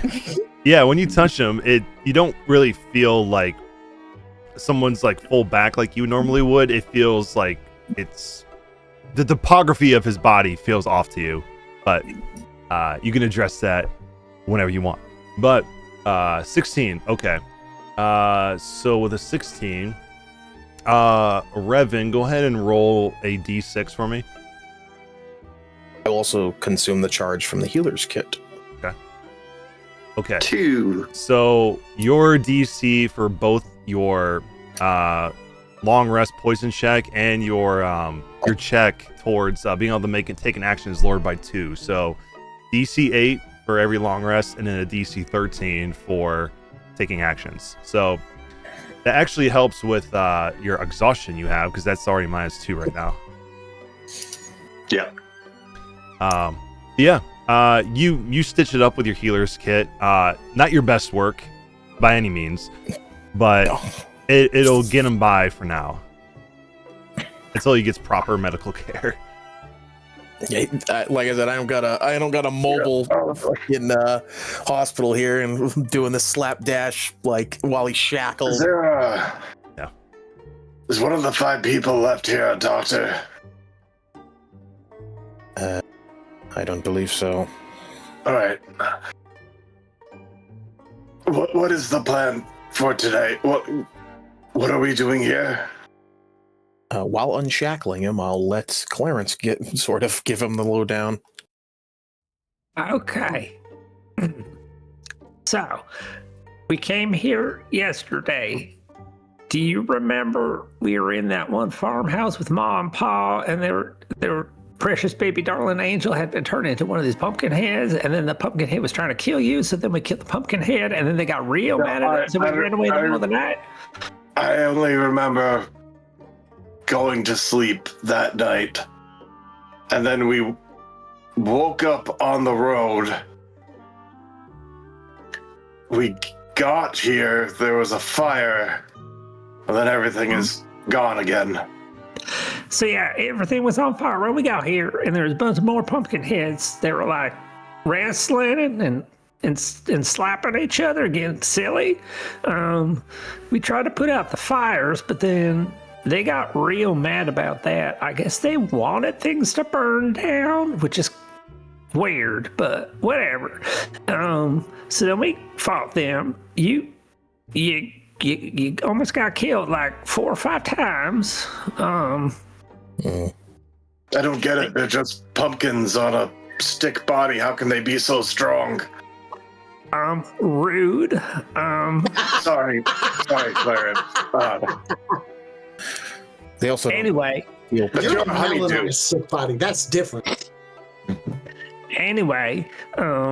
So we fought them, and then we killed them. We put out the fires, and then we went over and met some people in that windmill, and then we learned that you can actually beat them without killing them by using the power of forgiveness and to not be mad or mean to each other. Not be mad. I shouldn't I be know. anywhere near this place. I was I going to bring that up. know it's going to be a little bit of an issue going forward, but just be conscientious about minding your P's and Q's if you can. Is everyone okay from anyone else hurt real bad from where's Madeira? That brings me to my next point. After all that, we saw Madeira by the corn. Seems like she was chatting with someone, and then she just went into the corn. Alder and I was yelling at her, get out of that corn, Madeira. But she didn't get out. And then we tried to go in, but the corn didn't want us to go in. But then the corn did tell us that we could come in if we told it secrets. It was spooky, and you were hurt in the middle of the night. And we said, you know what? Let's put a pin in it. And then So we're going to try and find a way into the corn. Do you want me to burn it? that might be an option, but I think you need to get a little bit more fixed up. We also need to gather information from the remainder of Foxwillow, and storming into the cornfield is just asking, for us to become one with it. Also, we're looking for someone called the King of Corn. Did you say something about the cornfield outside? Yes. Yeah. I found a bunch of things on my way in, items and such. Like a weird gray bag, a couple potions of healing, a pearl of sorts, Oh a no. bottle of weird looking, and she'll hold up the haint hooch. It's Wait, little that bottle. was Madeira's. I think it's all Madeira stuff. So you can see Revan clenching both his jaw and his feathered hands, and he starts. You see the eyes start to shift. What happened to her? I would relax if I were you. We don't want another, So Revan will try to go to get up and realize that he is in a ton of pain. You're just gonna go around town talking to people? It's called information gathering, and yes. Okay, why don't I just lay here and you take Omen with you? I can put my 2 cents in through Omen and be watching you guys from here. And if push comes to shove, I can always come running. Sure, though you might want to, and did Ginger get to talk to Revan? He's kind of, a mess, so. For a Ginger's just second been there. standing here. She's not good. Yeah. He just got his insides put back in him. Who is wait, I know I'm hurt and my head hurts and everything. Did Shh, it's okay, Madeira we can talk always look later. like this? If you're wondering, no, you haven't met her before. So it's not Madeira. No, what? No, that's not Madeira. No, the corn takes people and No, this is not changes them. Madeira. Madeira is still currently missing, Revan. Okay. I can't be if that'll make it feel better. Look over her. What? I'm just saying, I don't know. He looks like he's in a lot of distress. Trust me, this is actually not the first time that he's been in this exact scenario. We've actually were in another inn, and it was exactly like this. Should he? Ain't you a doctor? Shouldn't this not be something that happens? Yes, but and I'll kind of think back to Revan being dropped 100 feet on his ribs, or Revan having his intestines ripped open in the Giant crooked battle house. axe into his belly. Giant battle axe cutting him open. I'll think back. Our own barbarian trying to just. Yep. Yeah. I'll think back to every single instance where after I've patched Revan up, he's been ripped open again, literally moments after, and I'll kind of just like, it's not even like, oh, that like that's true. It's just like, how many times can I fix this guy up before he's just like Frankenstein put back together, like by. You know, my training taught me to fight without armor, but I'm really thinking of getting some armor from about here down. A corset. Yes. You're gonna need a new body soon if you don't stop being so damned reckless. Well, everybody else was okay? For the most part, I mean, Madeira Then took it's a worth few it. lickings, but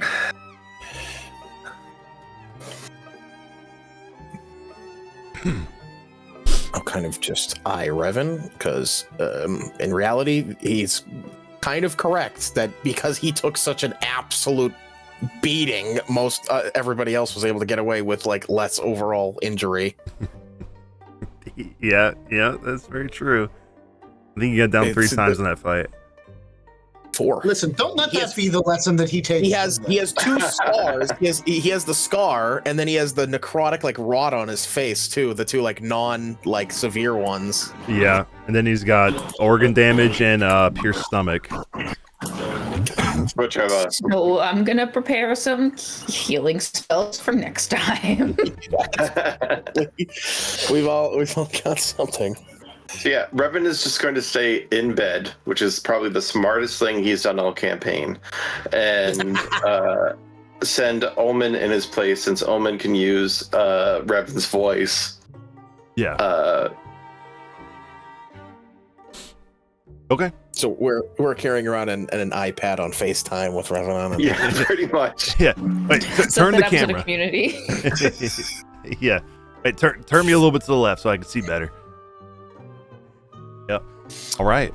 At this moment, as you guys are kind of coming to a little bit of a conclusion with this conversation, you'll hear Martha yell from downstairs, "Breakfast is served if y'all are hungry." I am already down there. Okay. Oh, by the way, Omen is I forgot the type of bird's name. Magpie. He is the Magpie, type of yeah. bird that was unhelpful to you earlier. Yeah, is a magpie, and also has glowing red. Well, okay, you haven't seen Revan's eyes glow red yet, but has glowing red eyes. Yep. Oh, I love magpies. Fantastic. The best kind of jump scare that's not a weird little flesh guy. You're right. Little fish guy. And by the way, with Flash. with Clarence, this is who he has with him. This is Brenda. And then Oh my god, I have Brenda tattooed on me. no way. And then Just got a little shank. and I know the image for a Lockwood looks different for you, Alder, but this is the familiar. It's a corn dolly. But he's a blue teddy bear. Yeah. Who I am gonna leave with Revan. Okay. All right. Why- I know. protect Does him and look everyone after have him. a weird little guy with them? Yes. Yeah, Fantastic. I was actually Where is your weird little guy? It was my sister. I'm looking for her. Oh, we will help you find your weird little guy. Just for my above notes, table. Oh, sorry. Go ahead. I was gonna say above table. Revan was really sad because for the longest time everyone had a weird little guy except for Revan. So Dr. Morn did a spell needle and gave me a temporary tattoo that let me summon my magpie. Speaking of which, when we get a bit more familiar in character, I can do the same for you because I still have that needle. For sure. Sharing needles? It's a different needle every time. Yeah. Packed to the chain.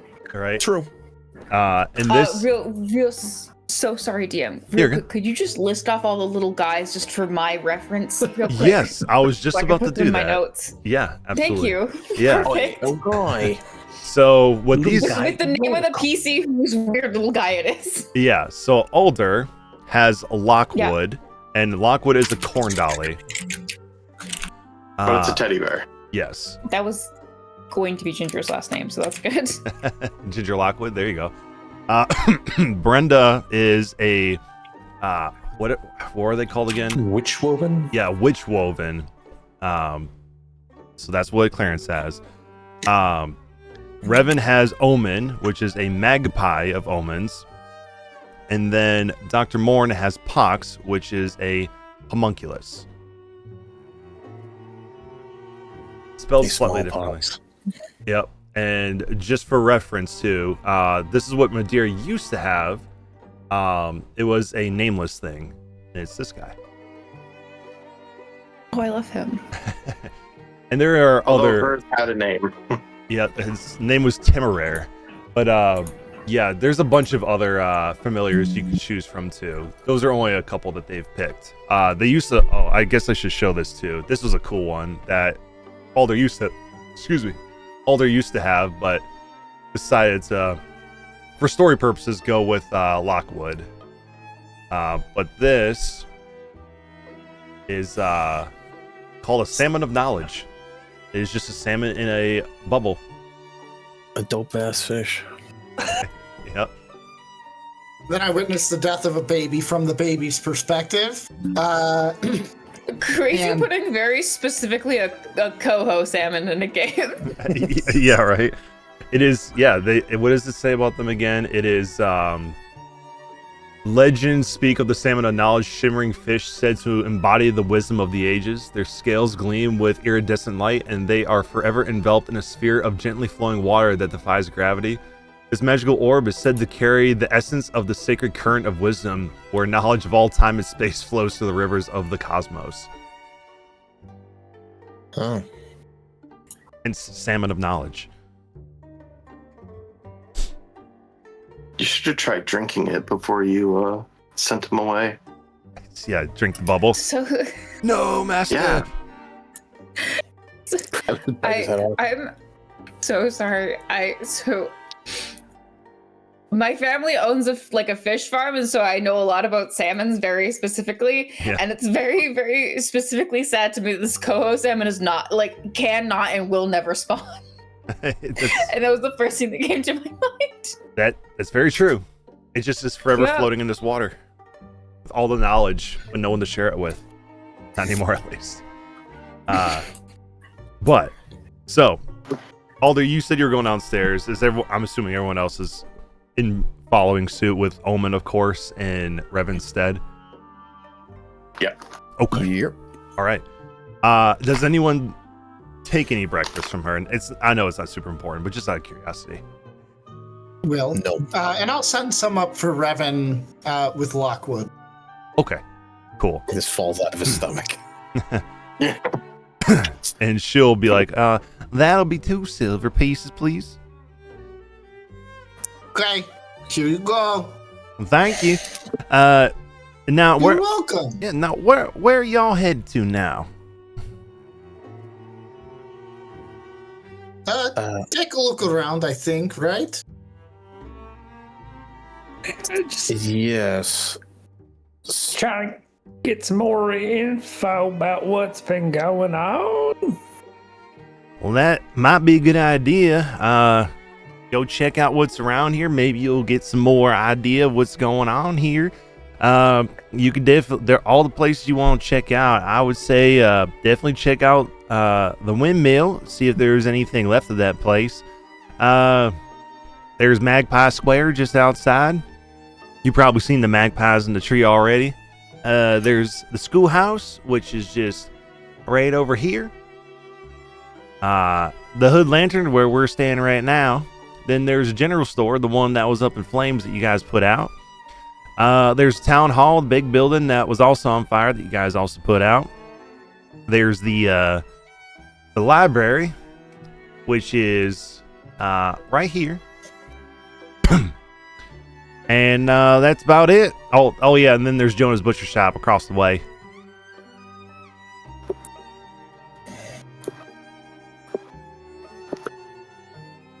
Now, did we learn what they were apologizing for? No. I thought it was that she had hit him. Yeah, that's true. You did learn that, but that's about all you got. We learned like the surface level, aggressive interaction between the two, but we don't know the reasoning behind it.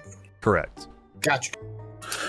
While Alder is eating his breakfast, I'm going to use my improved experimental elixir and make 2 free new potions today that I still have to roll for, but I get to make 2 free now. Okay. We'll see what you get. A potion of flight. Nice. And I will roll again.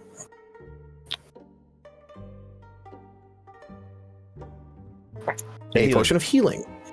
So I'll give myself those. And they have actual, I can just click and give myself those.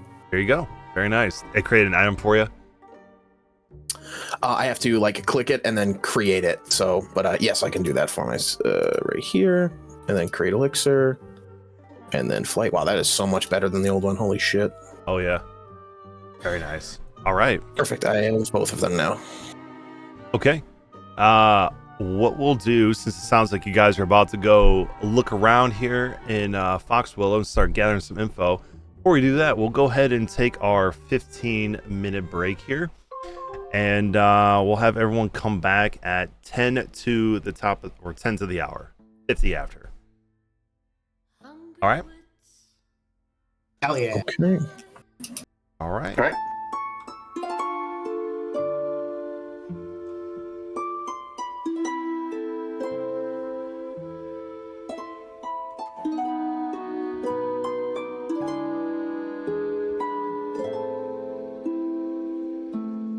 Light of my life, wrapping me gently,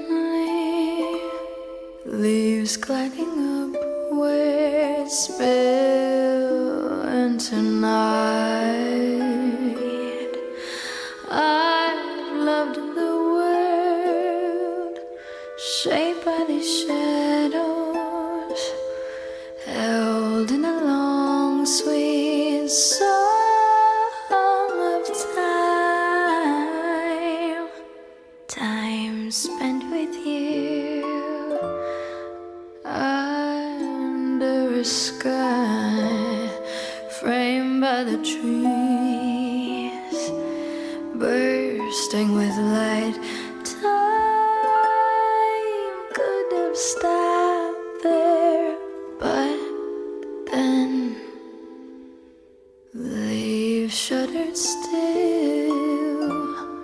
Wind hummed along our beautiful world, moving to its own song. Fire rising, rest our breath away. Fill the skies with the songs we love. Flesh and senses born of rain. Fill the fields where your bounty reigns. Carry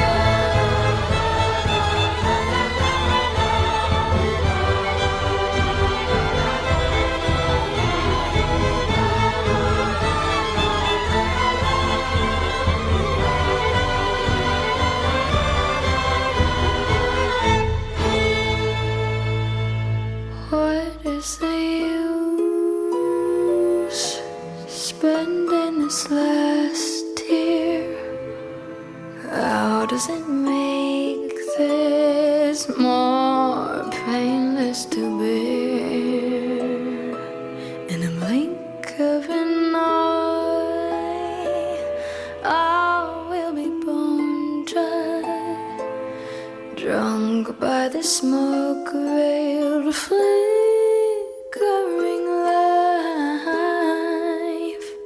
life spent with you under a sky framed by the trees, bursting with light. Time should have stopped there, but then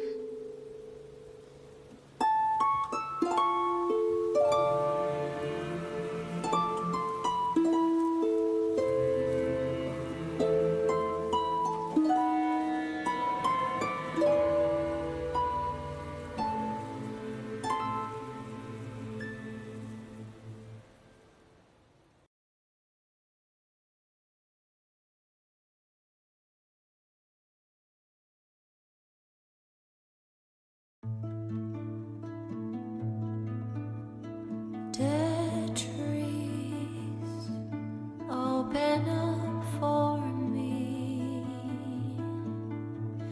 teeming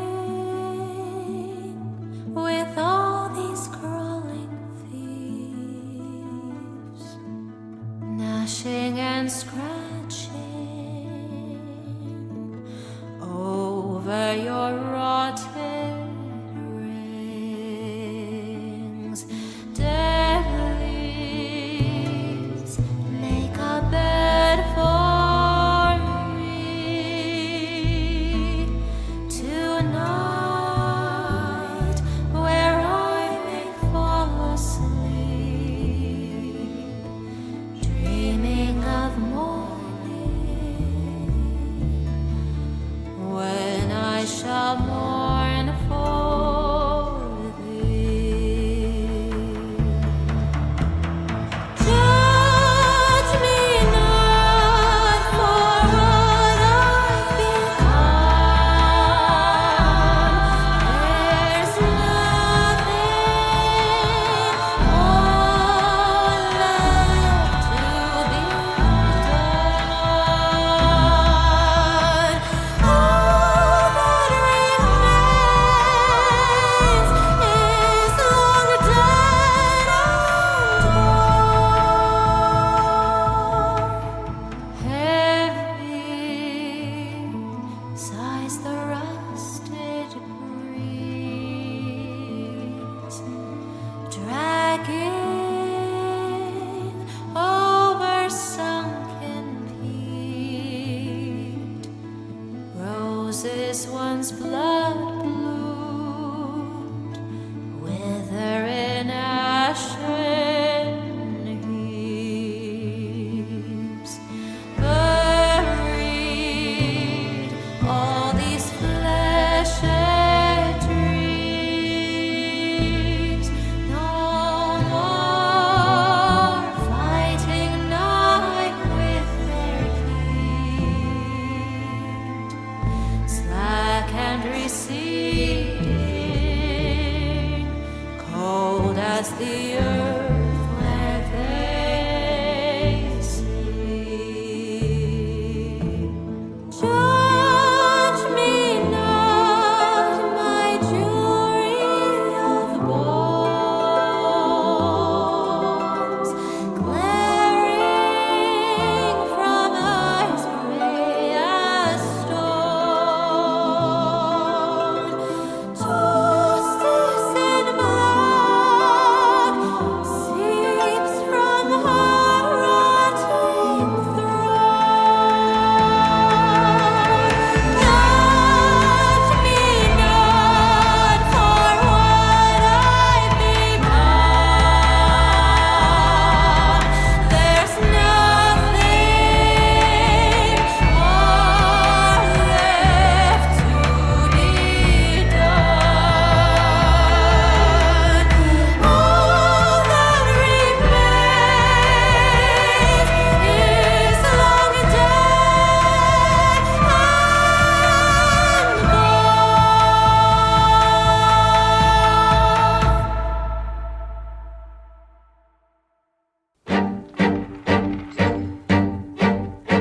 This night, just like the last one, falls heavy as a stone,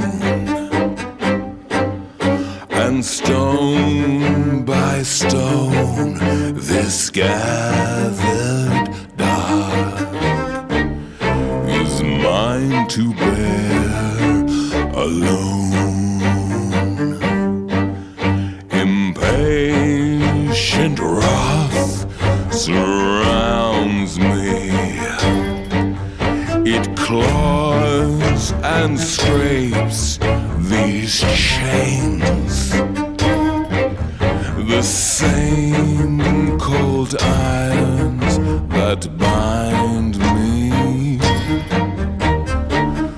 to my own fate, now grown and strained as restless death awaits.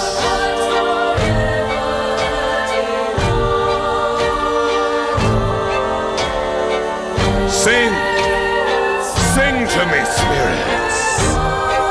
Ah, beautiful.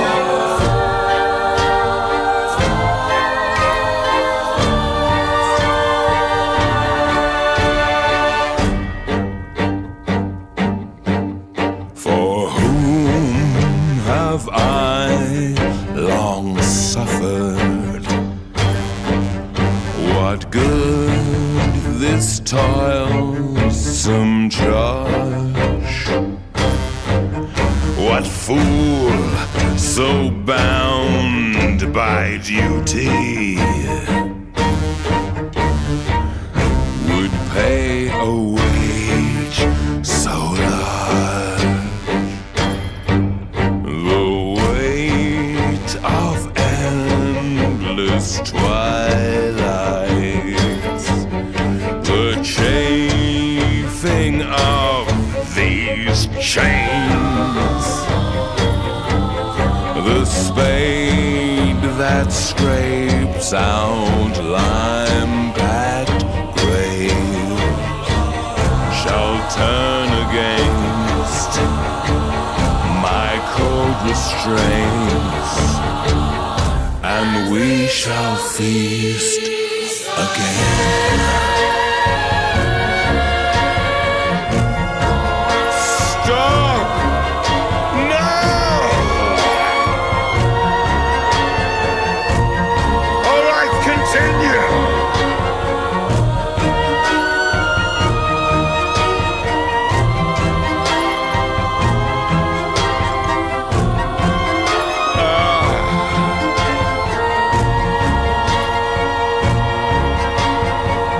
The light forever denied, ever stood to quenching our starved and languid eyes. It's breaking, you see. It's breaking, you see. It's breaking, and we are free.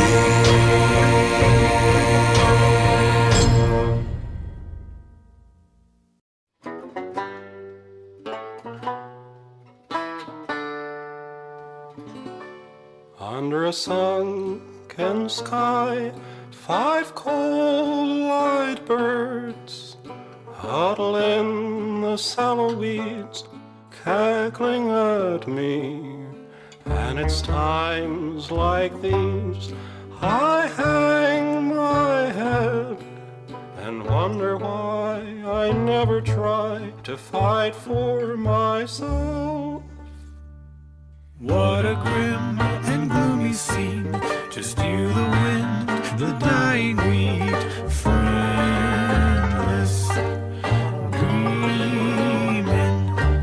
You wonder if you're incomplete, a husk without a grain of seed, and that's what they see.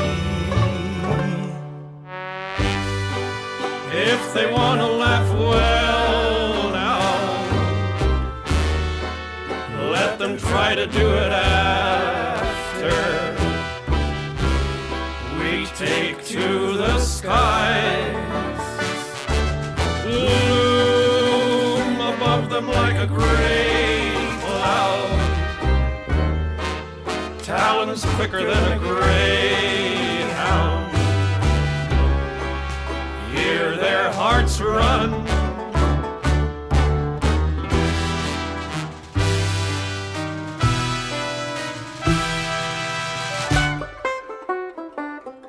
Out of all the things I've seen and done, in the back of my worried mind, I've never tried one. Maybe this time I could make them see they've probably never met a threat as empty as me. If they want to laugh, well now, can they do it while they beg me to spare their souls? Funny how they keep singing, little empty bodies leaping to the snap of their bones.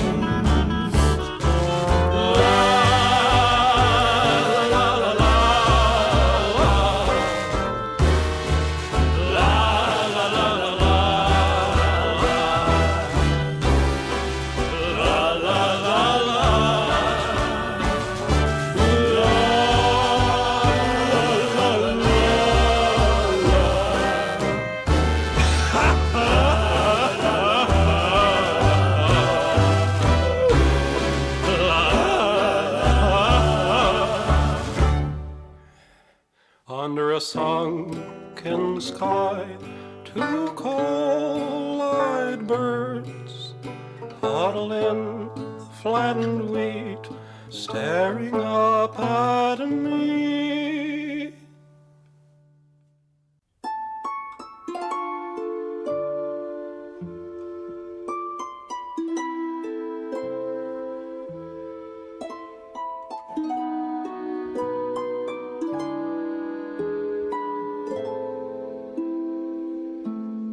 Light of my life, wrapping me gently, leaves gliding up where spill into night.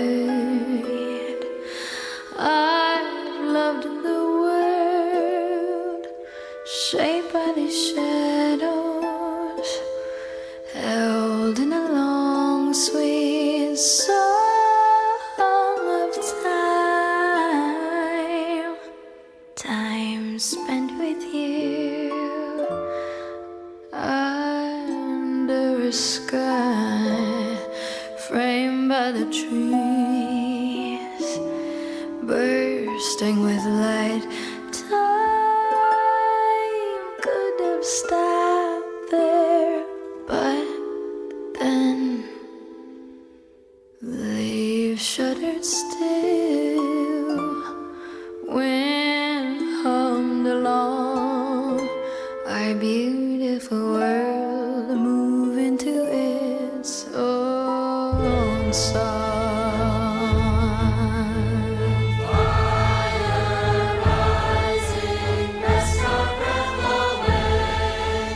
Fill the skies with the songs we love. Flesh and senses born of rain. Fill the fields where your bounty reigns. Carry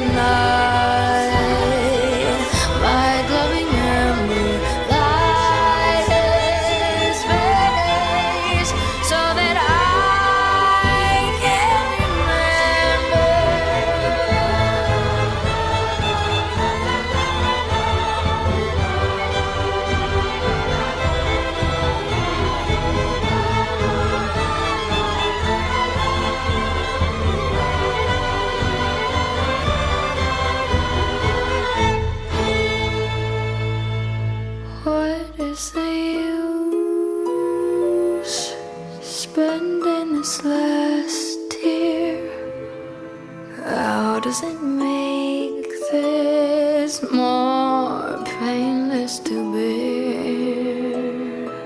In a blink of an eye, I will be bone dry, drunk by the smoke-veiled flickering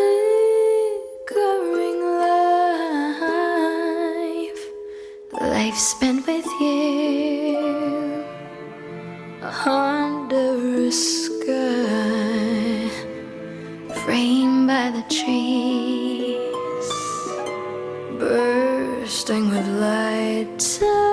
All right, everybody, welcome back from our break. We left off with you guys leaving the Hooded Lantern right here, and you guys were about to do some exploring. So, after sending some breakfast up to Revan, our poor sick Revan boy up in his room, tending to his injuries, you guys come outside, and of course, you guys see what I described for Ginger earlier. You still see the remains of the Scarecrow effigies laying all about. And now, after the heat of battle, you guys do notice this metallic tree in the center of town with 13 magpies all staring at you guys at the center of town. So, what do you guys do now? I'm going to have my magpie go and fly over to the metal tree and be like, "Hey, how's it going?" All the magpies turn to look at Omen. Jump him. Roll me, and since you're there, Revan, roll me an investigation. Do you want Omen's or do you want mine since I'm looking through? We'll use yours. Okay. Luckily, your intelligence is back, so hooray. I won't use guidance, no. That would be a 2. Is there a reason why it's disadvantaged? Is because of your poison, maybe? Yeah. Oh, yeah, that'll do it. You have no idea of anything different about these magpies. They're just all staring at you menacingly. I fly back, land on Clarence's hat, and be like, "They're all acting weird." DM. Yes. I was discussing this while you were gone. If we were able to get an antidote, would that alleviate Revan's poison condition? Or is it like it's poisoned, but it's not something that could be cured that way? So what it says about a pierced stomach, it says, when you complete a long rest, you must succeed on a Constitution saving throw DC 10 or gain a poison condition until you complete a long rest. Magical healing up to 6th level or higher, such as heal and regenerate, heals the pierced stomach, or if you spend 10 days doing nothing but resting, it heals on its own. So, based on what that is saying, the only way you can resolve it is, you can resolve the poison condition. You can't resolve the pierced stomach. So, yeah, yes. So, what I was asking was, like, if he fails the save and is poisoned, well, that's really fucking bad for the whole day. And if we get into a fight, he's just basically going to be rolling at a, disadvantage the whole time. Mm-hmm. If we had an antidote, could we alleviate the poison condition that he's under? Right, yes, you can for the day. Okay. Unless, of course, he gains it again the next day. Then, unless you had another antidote, he just has it until his pierced stomach is healed. Yeah, okay. That is what I'd like to know. Thank you. You're welcome. So, what do you guys do now? Is there anybody walking around? No. Besides... Nope. It is a ghost town, other than the bodies here. You don't see William out here. You don't see Jonah or Martha. You obviously just saw her. You don't see anybody else out here right now. There's like 5 places we should go check out, and like 5 of us if you count Omen. You think we should split up? Cover more ground? I love. Are we trying to get information and talk to people, or like just investigate? Little column A, little column B. If we're talking to people, should one of us go with the doctor?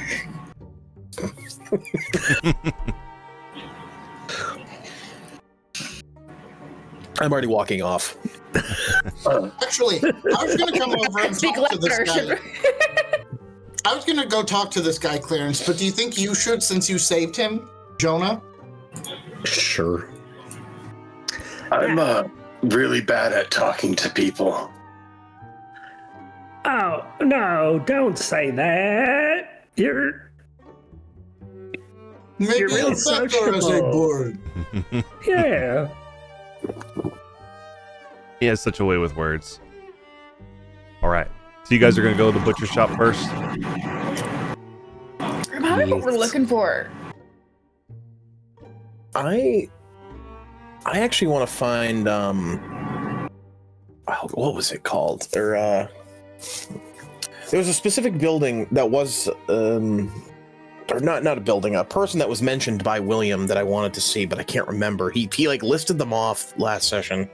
Yeah, I'll Isaac? say him again just to make sure. Maybe I'll jog your memory. There's Isaac Langtree, there's Adelaide Langtree, Martha Langtree, obviously William Lodge, and then Jonah Sawyer. I think it was one of the Langtrees. Was it Isaac? Yeah, it was Isaac. That was it. Yeah. I want to find Isaac. Okay. Because she's been asking about him. Yeah. By the way, Ginger, you asked the question. I don't know if anybody heard it. I just want to make sure you didn't get glossed over. So, I was gonna reply to that, but then people talked. So Okay, you can reply. Nubanira, I have absolutely no idea. Fantastic. I missed the question. The question, I think the question was, was, what are we looking for? I think we're just trying to find out, like, kind of like what happened here. Because when we got here, we found out that like William like really buried the lead. Yeah. And I forget about what. He didn't tell us that there was an old owner. The field was owned by the town a while ago, and then it recently came into ownership when the King of Corn showed up. But specifically, one person disappeared. Jericho. Jericho. Yep, Jericho disappeared, and right when he disappeared is when the Pumpkinhead started like happening. Yeah. So we need to find information about this Jericho and the King of Corn, and we don't have many people to get information out of. And William has already told us everything he knows, so there's only 4 people that we can approach on this. We know that Jericho played music for the crops or the farmers or something. I believe we know next to nothing about him, right? Or do we know that? No, that's something that we did learn. He's got a banjo. Yeah, you learned he's a harvest-born, and he was like a jovial character, and he played music for the people, and everybody loved him. And then one day he disappeared. And ever since he disappeared, that's when things started going south here. And of course, all the fields here have failed. All the livestock has died. Except for the one. Except for the one field, the field of corn. So, if we are splitting up, then I feel like Clarence should probably talk to Jonah, who he saved. And since Revan is laid up in the Hooded Lantern, maybe he can talk to Martha. Okay, I'm gonna go find Isaac. Of course, with my absolutely staggering charisma, that'll probably go well. But I wasn't planning on using that anyway, so. That's fair. Okay. So Clarence is going to the butcher shop. Revan, I'm assuming Omen's going to go back and talk with Martha in the Hooded Lantern here.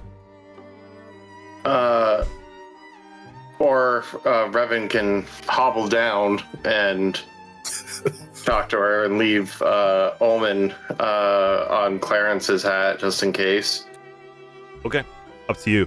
I won't actively take part in their conversation. I'll just get pinged if he needs me until after I figure out what I can from Martha.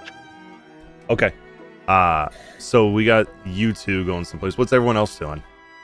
What were some of the other buildings that Martha was talking to us about? So you have the You obviously are in Magpie Square. That's one location. You have the schoolhouse.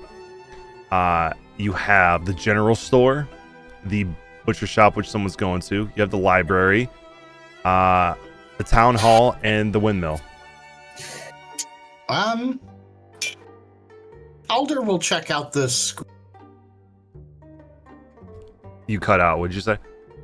Alder's gonna check out the schoolhouse. Schoolhouse. Okay. Schoolhouse for Alder. Dr. Morn and Ginger. I have no idea where he is, but I'm gonna look for Isaac. Okay. You want to pick a random building?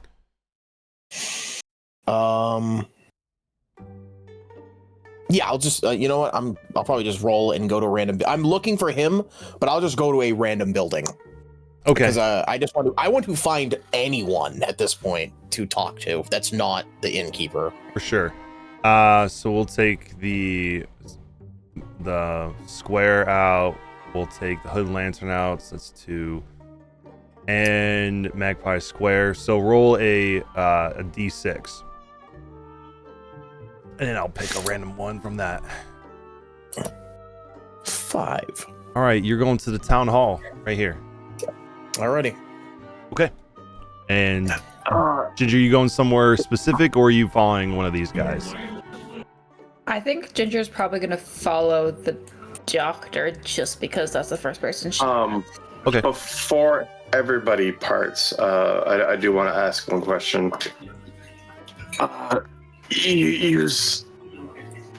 Obviously, by looking at this and when I came here, like some of the buildings were on fire. Were those buildings targeted, or were they random?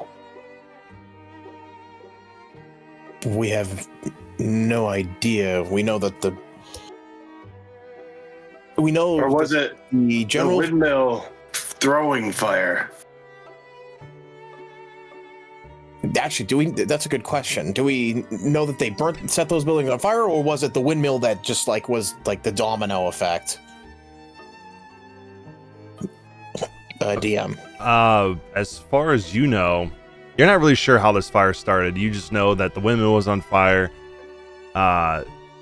You could probably assume that it was caused to some level. The 3 people that were in there, well, 2 live people, 1 scarecrow. It probably had something to do with that happening. And because the windmill caught on fire, by proxy, when it was turning, it was flinging debris and caught the rest of the town on fire. And the scarecrows were just reveling in the chaos. Okay, and who did you say was in the building? The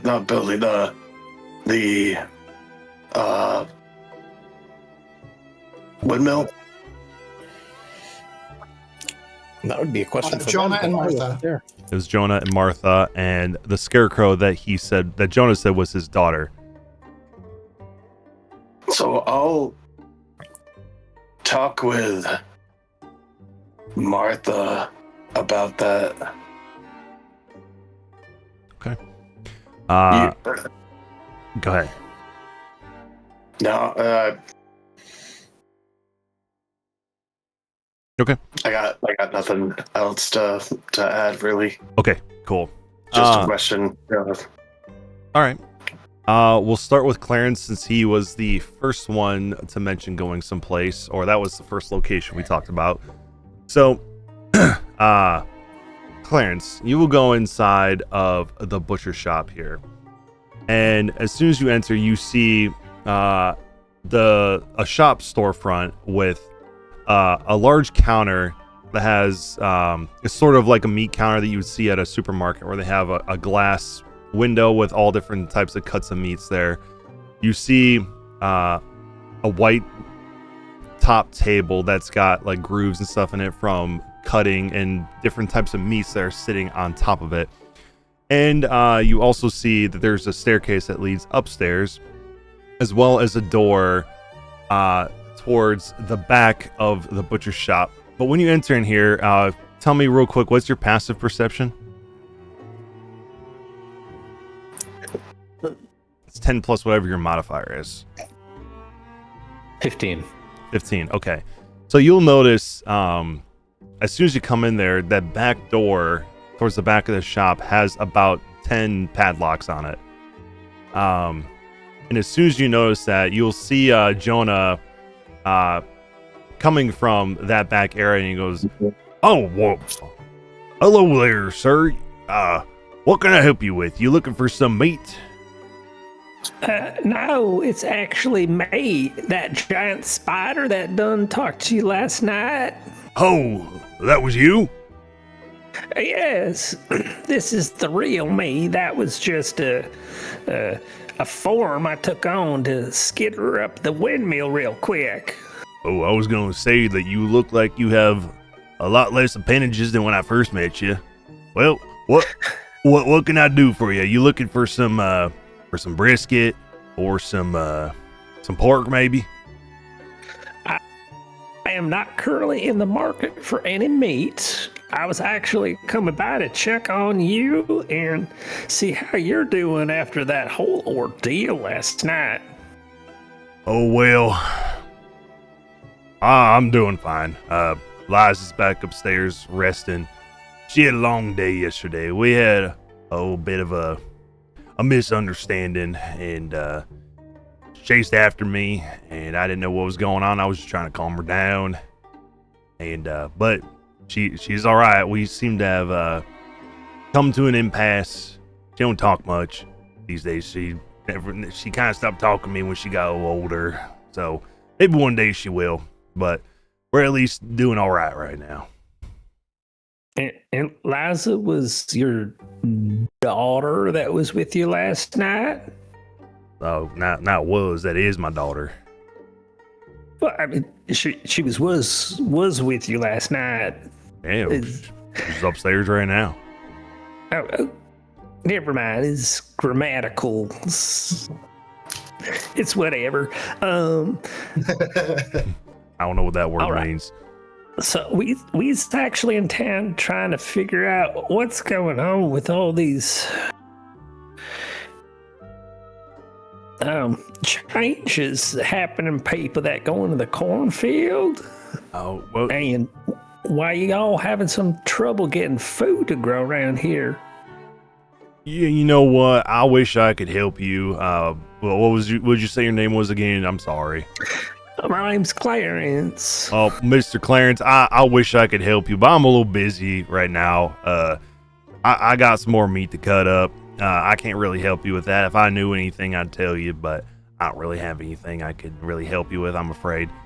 While he says that, Perhaps I can loosen your lips a little bit. And then he will put like 5 copper on the counter. well, Does this change anything? I mean, it makes me. He'll go and grab the 5 copper and say, "Well, it makes me a little richer. I do appreciate it." But I'm afraid. I mean, you can't pay for something I don't know. Why are you saying that though? Roll me an insight check. Okay. Give my damn money back. When he's saying that with a 16, you can see on his face that he looks a little bothered, like something's on his mind. And you also notice that he's got one hand on like below the counter. You catch a glimpse. He's sort of like fingering a crow feather in his hand. I'm not asking for you to explain everything that's going on. We're just trying to figure out what's happening so we can help everybody. I was led to believe there's someone that looked kind of like me here before called Jericho. And it seems like after he went up and vanished, all this kind of kicked off. Did you ever know this man? Oh, well, of course, everyone knew Jericho. But, yeah, ever since he disappeared, things haven't been quite right around here. But I do think that... What just happened? did Alder send something? Yeah. Yes, he is. He's doing that in public. I'm afraid he is. Disgusting. Put that thing away. But yeah, I don't really know what's all going on here. Ever since he disappeared, everything started dying off. But I was planning on going on the corn myself later tonight and see if I can figure out what's going on there. Did Jericho, do you think he has the kind of power necessary to do this sort of stuff, or is he just like a music man? Well, he was a pretty magical man. I mean, his magic was through his music. He kept everyone in good spirits, and some said that his music is what kept the crops growing and the livestock lively and growing big and strong. But that could just be an old wives' tale too. I mean, I think that my success came from my own two hands here. And I mean, Jericho was a nice guy, but I don't know. He was all right in my eyes. He didn't cause any harm. Do you remember if he was having trouble with anyone in town, or if he got all upset the day that he disappeared? Roll me a quick persuasion check when you ask that question. Nice. You know, I didn't really know Jericho too well. I knew of him. I mean, we had a couple conversations here and there, but if he had any enemies, I don't know who they would be. Okay. I just have one last question. I believe it was William said that the field is now owned by some corn king. You ever met this king or know anything about them? I never heard of no king and no corn. All I know is that once Jericho disappeared, everyone else started disappearing one by one, my daughter included, and then she came back the way she is now. Oh. What was your perception before? 15. Oh, 15. Okay. You start to notice now that there is a very strong metallic bloody scent coming from that back area. I mean, it's a butcher shop. This is normal. Smells like human. But it smells a lot stronger than you would imagine. And it doesn't smell fresh. Would it smell like a certain basement we've been in? Yeah, kinda. So what's the special of the day, I guess? What you butchering up for the good people of the town to enjoy? Oh, well, you got, I've got pork loin, I got pork chops, I got some beef tenderloin, some filet mignon, as some people call it. I think it's just called filet. Flig mignon. Mignon. Yeah. I'll have me some flig mignon. Yeah, I got some strips here. Got some roast. I mean, anything you want. I will say this too. As you saying that, with your inside checks, we'll roll into it. You remember that there's like all the livestock died. Yeah. Oh my god. There.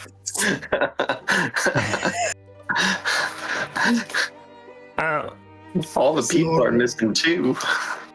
Well, I'll ask around, see if anyone else of my friends is interested in having like a barbecue or something.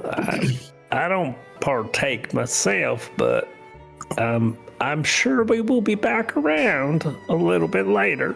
Well, if you do decide to buy some meat for that barbecue, just make sure you buy from Jonah. Don't buy from William. He doesn't have good livestock. I got the good stuff. Oh. Is he also a butcher? I thought he's just farming. Oh, well, he was a farmer, yeah. He also had livestock, too.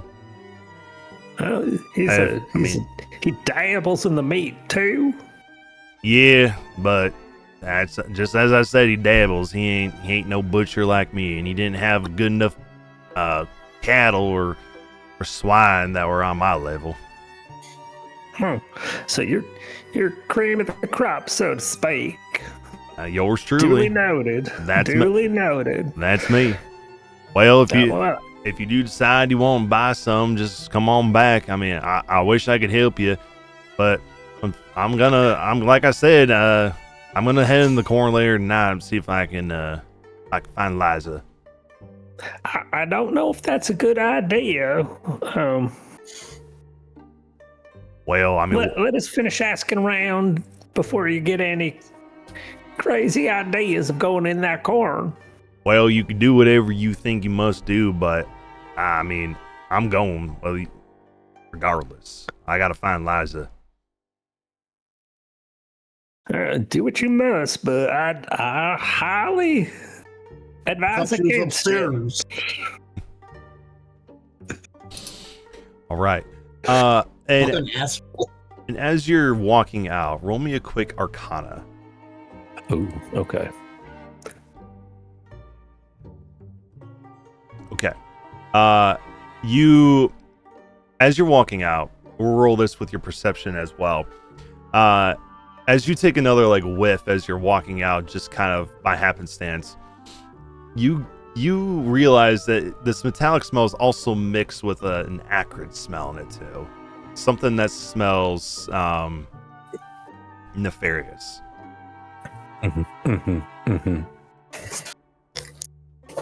All right, well, you have a nice day, sir. You as well, Mr. Clarence. Don't be a stranger now. And thanks for saving me and Liza, by the way. You're welcome. All right. We'll then switch to Revan with Martha. So you're gonna hobble downstairs and talk to Martha. Yeah, I'm gonna bring the plate down. I'm also going to bring the alder teddy bear with me just in case, understanding that is his familiar. Okay. So, He's got standing orders to help you with anything that you need. Yeah. Okay. It's more of I can ask him to have you kind of listen in. All right. As you're walking down past the rooms to go down and speak to Martha, you notice that in all the rooms except for the ones that you guys are staying in, each of them has a scarecrow sitting in it. And they're all sitting in various positions. Some are laying on the bed, some are sitting at the desk there, like they're writing something, and then some are kind of peeking out the door, looking at you, like they're seeing who's walking down, but they're not moving. Can I stupidly go in and see what the one that's writing, what it's writing? Yeah, sure. Roll me a investigation when you look at it. It's a low DC though. Yeah.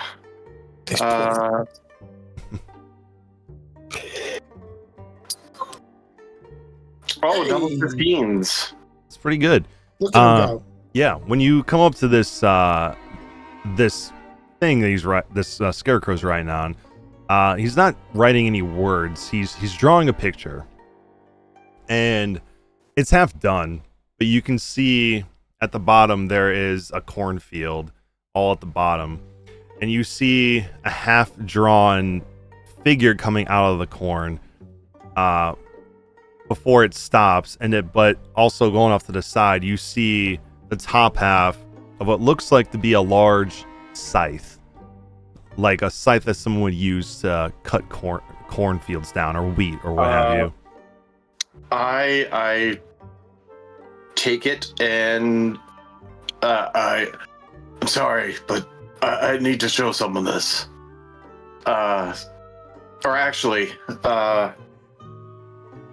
you keep it. I'm gonna pick up the alder bear, not really knowing the name of it yet, and I'd be like, can you show Alder this? And I'm gonna point the bear at the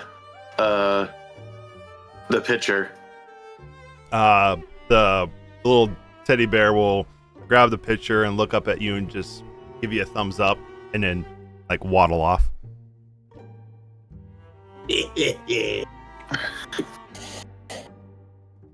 I would follow the teddy bear. I would be like, it's my rage beast.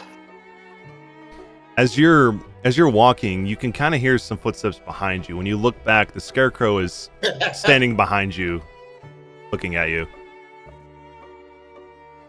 You took my drawing. Sorry, I thought he was just going to look at it and visually show him, but Little Bear had a mind of its own. Nice artwork, though. It doesn't react. Pat the scarecrow on the shoulder and then hobble downstairs to where Martha is. Okay. So you'll come downstairs, and Martha's cleaning up after cooking, and she'll say, well, hi there, Mr. Evan. Looks like you got a visitor following you. And when you turn around again, the scarecrow is at the bottom of the stairs, like in the middle of a stride, but stopped as soon as like Martha looked its way. So they only move when no one's looking at them, huh? It seems so. It seems like they kind of like to look like they're inanimate objects, but then they move around. Just when no one's looking. They move around a lot more with less of us. What's that? Do you happen to have any paper? Sure. There's some back in Isaac's office. I just need a single piece. Well, if you want to go back there, feel free to. I mean, it's locked right now. I don't really have his keys. He still has them with him. But if you find a way inside, you can definitely have some.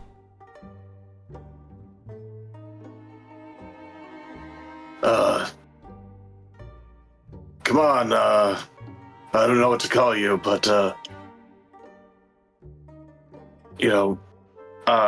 it look like a boy or a girl, dressed, scarecrow? A boy.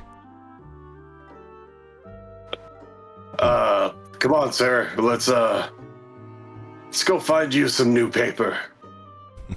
I'm gonna go and try and break into, the office. Okay. So obviously when you come up to the door and you try to open it by normal means, it is locked. You can try to break the door down by force if you'd like to. You know what? Or I you can... have proficiency with carpenter tools. Could I take it off the hinges? Sure. It will be a...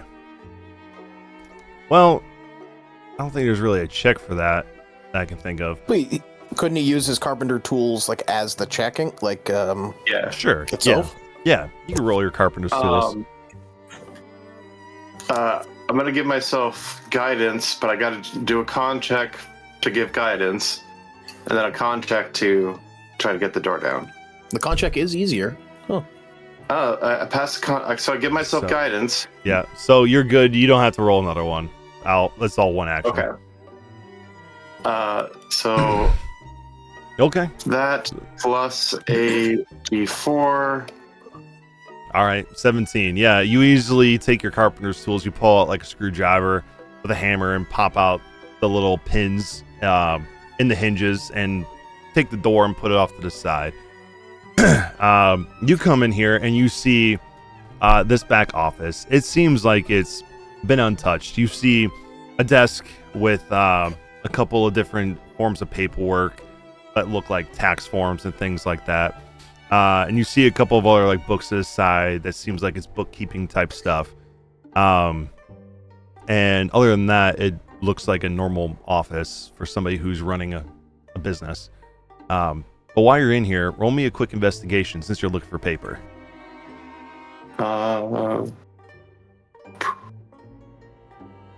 Investigation. Can I give myself guidance? I do a con check for it. I mean, we're using the same con check, so don't worry about it. Okay. You would have passed either way, though. Well, actually, you went up, whatever. Investigation. Guidance. Whoa, a 6. A hot 6. All right. Yeah, you walk around the room. I mean, you see plenty of paper. It's all written on already and things like that. But it's obvious that this is Isaac's office. You can see a picture in there with Isaac. He looks like about a 17-year-old kid with long flowing brown hair. Good looking man. You see him there with his mother. Obviously, you know what she looks like, Martha. And then you see his sister, who has this weird look on her face. She doesn't look particularly happy in this picture. But this is what she looks like. Oh boy. She kind of reminds me of the grave lady in the last town. All right. And yeah, you see that picture. Other than that, that's all you notice in this room. But you do find a piece of paper, and the scarecrow fella is standing in the hallway, just kind of standing like this. So yeah, I'm gonna walk up to him, hand him the new blank paper, and be like, "Hopefully you can recreate your masterpiece." And I'm gonna walk off. Before I completely leave, I'm going to lean the door kind of back up against the entranceway, but not actually put it back in its hinges or anything. Okay. Yeah, that's good enough. All right. Real quick, too. Roll me another investigation. Can I use the guidance again? Yeah. Oh, wow. That was that. How do you manage to? Anyway, what's your passive perception? My passive is a 16. Okay, perfect. Then I should have just asked that in the first place. As you're walking out of here to leave this office, you step on one particular floorboard that seems to squeak under your feet.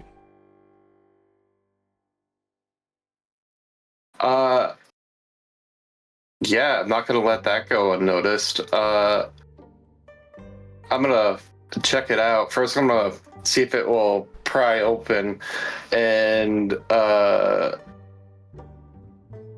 if it does, if there's nothing underneath there, I'm going to fix it. If there's, something there, then yeah. But yeah, I'm gonna pop that board off. Do you want me to roll carpenter tools again? Nope, you don't need to. Okay. When you step on the board, when you look, you kind of wonder why you didn't notice this before. Investigation, poor rolls. But yeah. The board is upturned. It looks lighter, or darker, I should say, than the rest of the boards, like it's been flipped upside down. And you go down and you pull the board up, and you can see a sack in here. A pretty large one, too. Not wanting to get caught, I'm just going to go and pick it up and put it into the empty bag of holding. Okay. Sounds good. I will then put the board back down, just the way that they had it before. Okay. All right.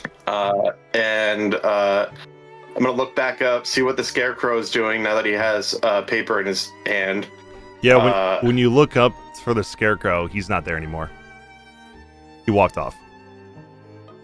Good. That's really weird. I'm gonna go back and I want to talk to Martha, both about the scarecrow, how it acts. Okay. Before we talk to Martha, I'm gonna switch to the other people as well, so they get a turn, and then we'll come back to you. Absolutely. Alder, you're going to the schoolhouse. Yes. Okay.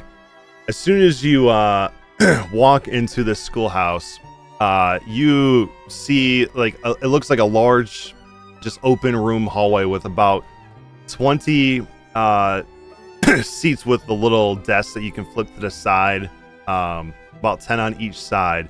And you see a large chalkboard behind a podium on the far side of the schoolhouse. But you immediately notice that in each of these 20 seats, there is a child-sized scarecrow in each one of them.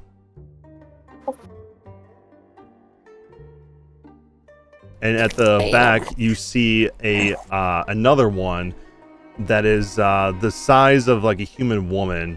But she's a little different. She doesn't look like the scarecrow of the Pumpkinhead. She looks like she's made entirely out of wicker.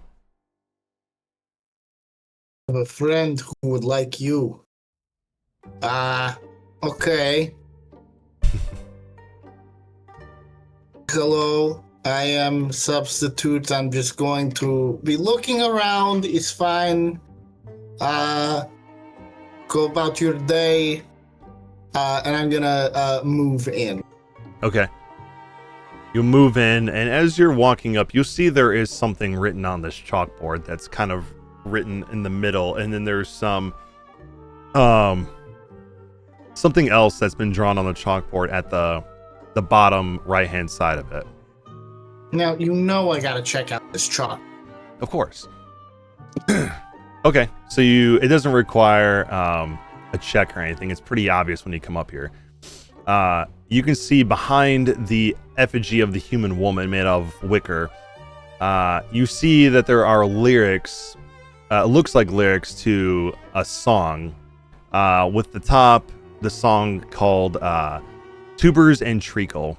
And you see lyrics that have been written there that seem to be in the sort of rhyme scheme as a children's rhyme. And it's all themed around farming type stuff, with talking about corn, tubers, treacles, things like that, all in like a short, cute, rhythmic children way. And then of course you see the drawing at the bottom of the chalkboard. There you see a cornfield with a man standing, or I shouldn't say a man, and some type of creature standing in the middle of the corn that has these human-like arms. This body looks like it's covered in burlap, but you see almost like a metallic rib cage underneath it, and it is holding a large scythe that looks like it's used to cut corn. And standing all around the cornfield at the bottom of this drawing, you see roughly about 20 children with their hands up in glee at this individual. And you see written at the top of this, it says King of the Corn. And then you also see, I was about to ask if this guy had a crown on his head. He does not. But you also start, as soon as you see this, you'll hear this like murmuring behind you. It sounds like they're all saying one word. Roll me a perception, please. Yeah, all right. As these 20 scarecrows behind me are murmuring. Yeah.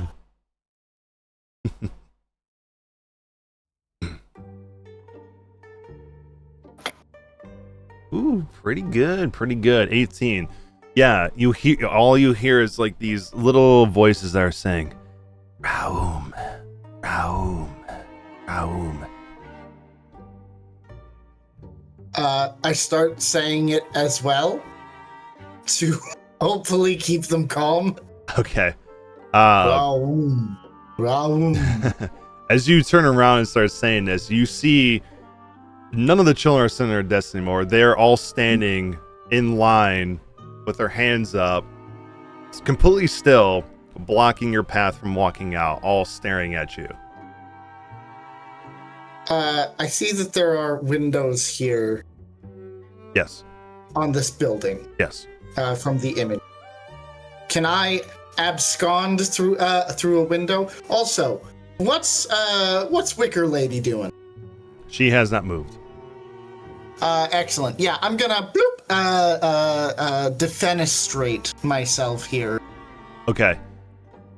When you jump out the window and you start, walking away from the schoolhouse, as you kind of look back towards the schoolhouse, you see all these wicker children looking out the window with their pumpkin faces smushed up against it, all staring at you still. And you still hear this slight muffled chanting of Raum.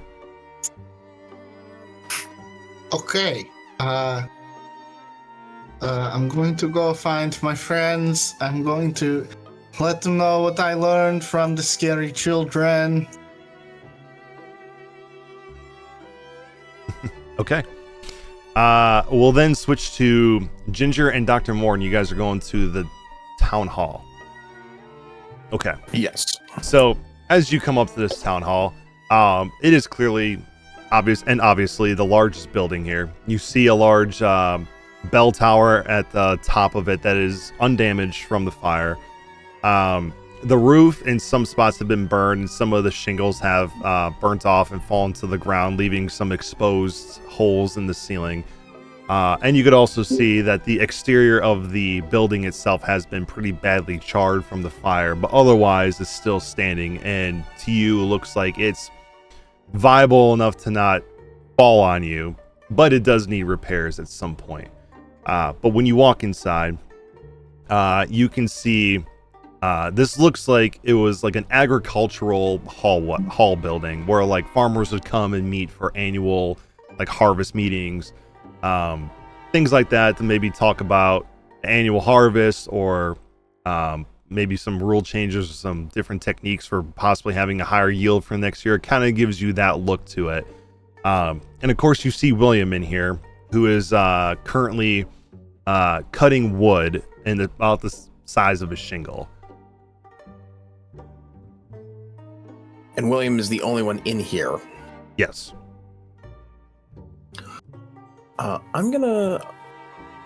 I'll probably about halfway walking there turn around and realize that Ginger was following me, and I'll slow down somewhat because he's always walking like he has a New York minute to spare, essentially at all times, and he'll slow down. Okay. It's just William, as I'll kind of look in. Does he notice us? When you say that, he does, yeah. He'll be like, well, howdy there. Nice to meet you again, Miss Lady. Just met you earlier today. And Doctor, good to see you again. Yes, it is just William. That's the name my mother gave me. Hi again, Will. Well, hi Yes. again. What can I help you? Well, William's fine too, but you can call me Will. Sorry, I'm a little in the middle of something, cutting some shingles for the roof. But what can I help you with? Where is Isaac? I have no idea. I was going to ask you the same question, see if you had found him yet. Well, where did you see him last? Maybe you had some fond memory of him last time you saw him that could maybe help us figure out a location as to where to find him. Ginger, roll me a quick insight when you say that. Oh. Can I assist? Sure. Yeah, roll with advantage. I have proficiency. I do not. That was a pretty good first roll. You can roll again if you want to see if you get a nat 20. Oh, yeah. That's going to be probably some of the best. Oh, that's not Yeah, one. that's low. That's worse. That's a lot worse. So we're gonna take the 15. That's gonna be way better than the 0. All right. Okay, 15. When you mention fond memories, you kind of notice a little glisten in William's eye, but that's about it. You just notice a little change in the way his eyes look, and you'll say, well, the last time I saw him, he was at the Hood Lantern with his mother, Martha, and yeah, he was. I guess he told his mom he was gonna head somewhere. Or I don't even know if he told her, but I saw him heading towards the windmill. Oh. That was before I even left town. That was it's been over a day now. And was Isaac a secretive person, per se? Not that I'm aware of. He was a pretty straight shooter. Insight check. Sure. I'm also not great at that, but I will attempt it anyway. You do it a lot in this campaign, and you still I do do. pretty well. Yeah, not this time. I mean, you have no reason to believe that he'd be lying. I don't think, out of character, I don't think he's a liar, but I feel like he kind of just glazes over important details that he doesn't think are important. So fair enough. Do I noticing anything in this town hall specifically, like when looking around, or what could I do, like maybe a scope out of overall anything that might be in the burnt wreckage? Because I know the building hasn't collapsed or anything, but it was on fire, so I was hoping to maybe look through maybe the burnt timbers or anything that might be in here. Yeah, I mean, you don't have to roll for this, but you do see inside, like at the end where the person who may be emceeing the meeting would be. There's a billboard that's sort of crooked because it's been slightly damaged from the fire, but you see it is covered in like papers that seem a little weathered on this billboard on the backside. Other than that, you see some charred wood. I'll pull some of the papers off. Okay. When you pull some of the papers off, a lot of them are like harvest reports, numbers that people have had, and you notice as they're looking at, you see the numbers start to dwindle over time, less and less yield over time. But you also see in one spot that there's like a little outline of a piece of paper that's not there. And as you notice that, William will say, "Oh yeah, when I was coming up here to see what I could find and try to fix up this place, I decided to look at the billboard. I saw there was some of those things, but I found this on here. I didn't know if it was important, but I figured I'd at least give it to you." And he's gonna hand you a piece of paper, or two pieces of paper, I should say. One of them, it looks like an official document that was signed by the mayor. That, as you're reading it, looks like it was addressed to Old Jericho Sticks, and it's a certificate of official citizenship. And then on the other piece of paper, it is a, in quotes, official birth certificate. I will read them over and then once again kind of in my head be like, what the fuck? Why didn't you give this to us initially? And then I will hand them over to Ginger to take a look at as well. What? Well, I didn't initially give it to you. I'm sorry. You were asking about Isaac. I don't at this point, I don't say that out loud to him. I'm just thinking in my head, I'm like, what the hell? Okay. But I hand the papers over to Ginger. Okay. So y'all made a Scarecrow a citizen? Yeah, well, I mean, he's a harvest-born, and I mean, harvest-born aren't really born in the natural way. They're more created. So, and Jericho had a lot more life to him than being a simple construct. So, because he was such a loved individual in town, the mayor sought to make him an official citizen of Foxwillow and give him an official birth certificate so he felt more like a person. And this Jericho fellow, did he make your town better? Well, he certainly did. I mean, he brought nothing but joy and laughs to the people, especially the children. They loved Jericho. Adelaide especially loved him. Adelaide. Yes, Martha's daughter. And where is she? I don't know where she is either. All I know is that when I was speaking with Martha, that's a known thing about Adelaide. She was a little bit of a weird one growing up, like a little bit unsocial. type of thing. She never really got along with the kids as far as I was aware, but she really liked Jericho. That was really her only friend. And then ever since he disappeared, she's been looking for him. She's one of the only people that goes into the corn and comes back out. Wait, what? Yep, I didn't stutter. She goes in the corn and comes back out.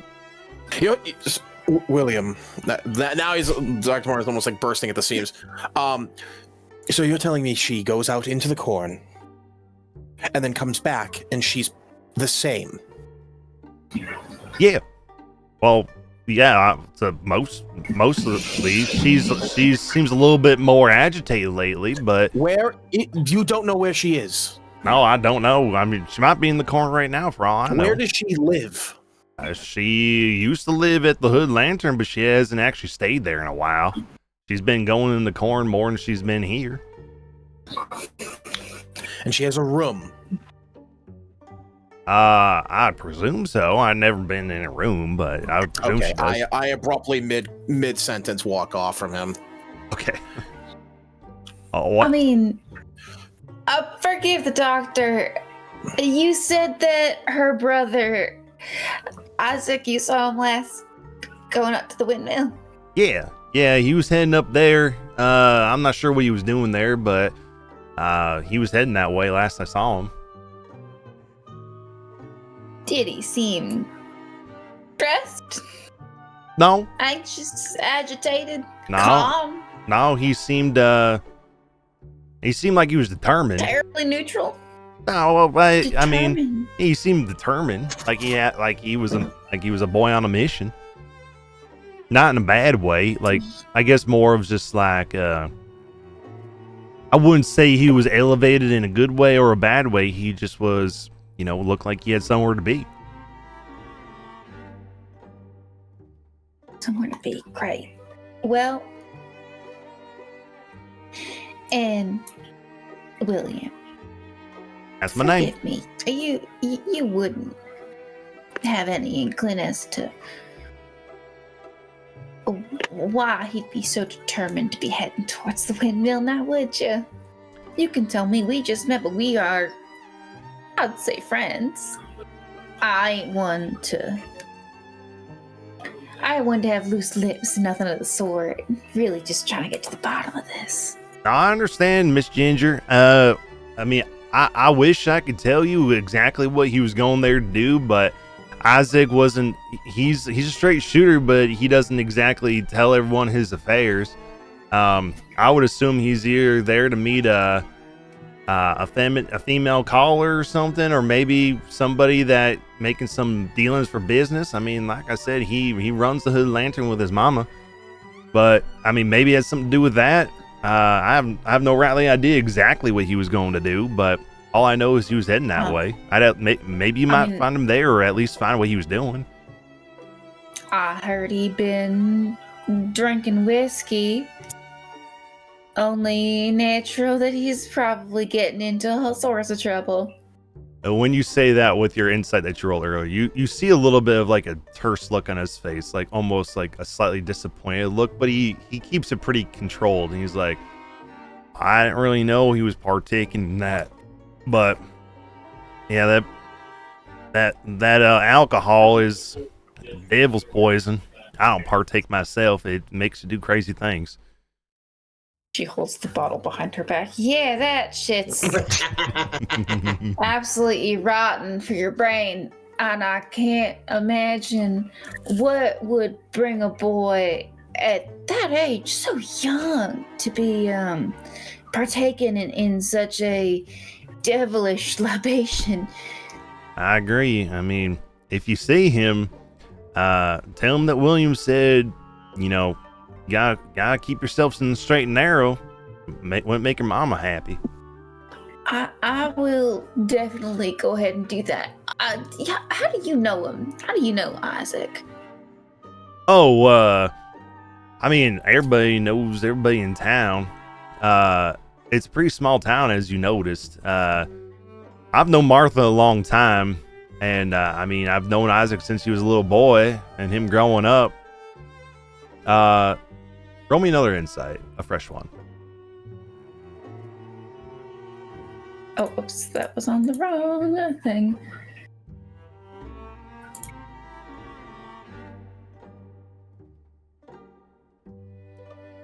Ooh, So terrible.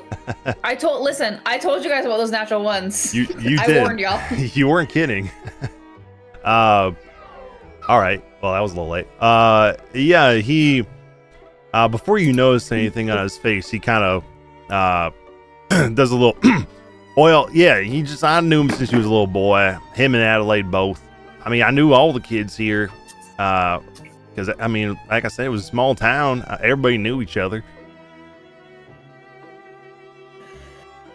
And then, So you reasonably have, you knew him yeah. distantly or whatnot. So you care about the kid, yeah. Yeah. Okay, well then we'll try to make sure that he gets back safely. Please do. I hate to see what happens with Martha if something that were to happen to him. And he'll kind of swallow loudly when he says that. Oh, you should probably get that checked out in your throat. Yeah, it's probably the smoke inhalation. All the fires that I just found out recently weren't set by my friends. Yeah. Why don't you go ahead and keep Martha company?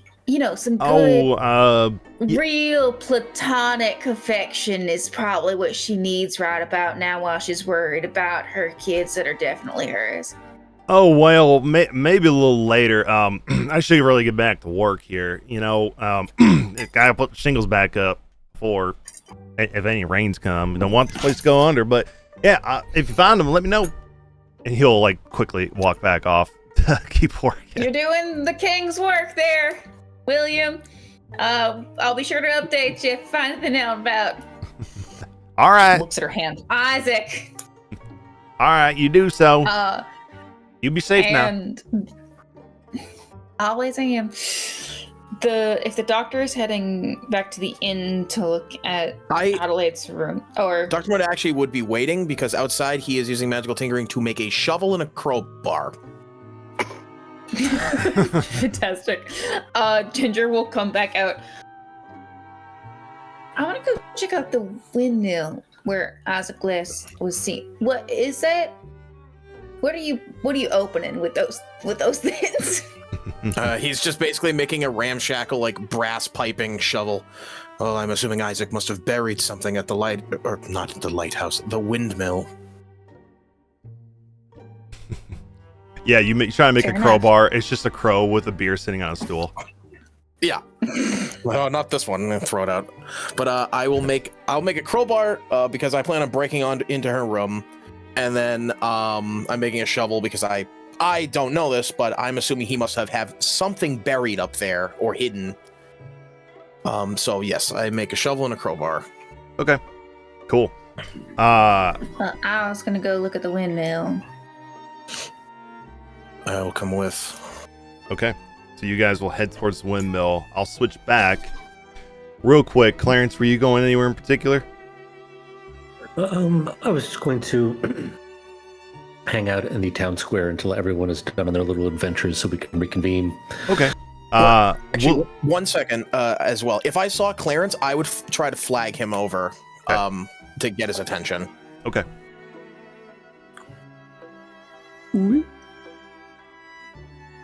Oh, hey, y'all.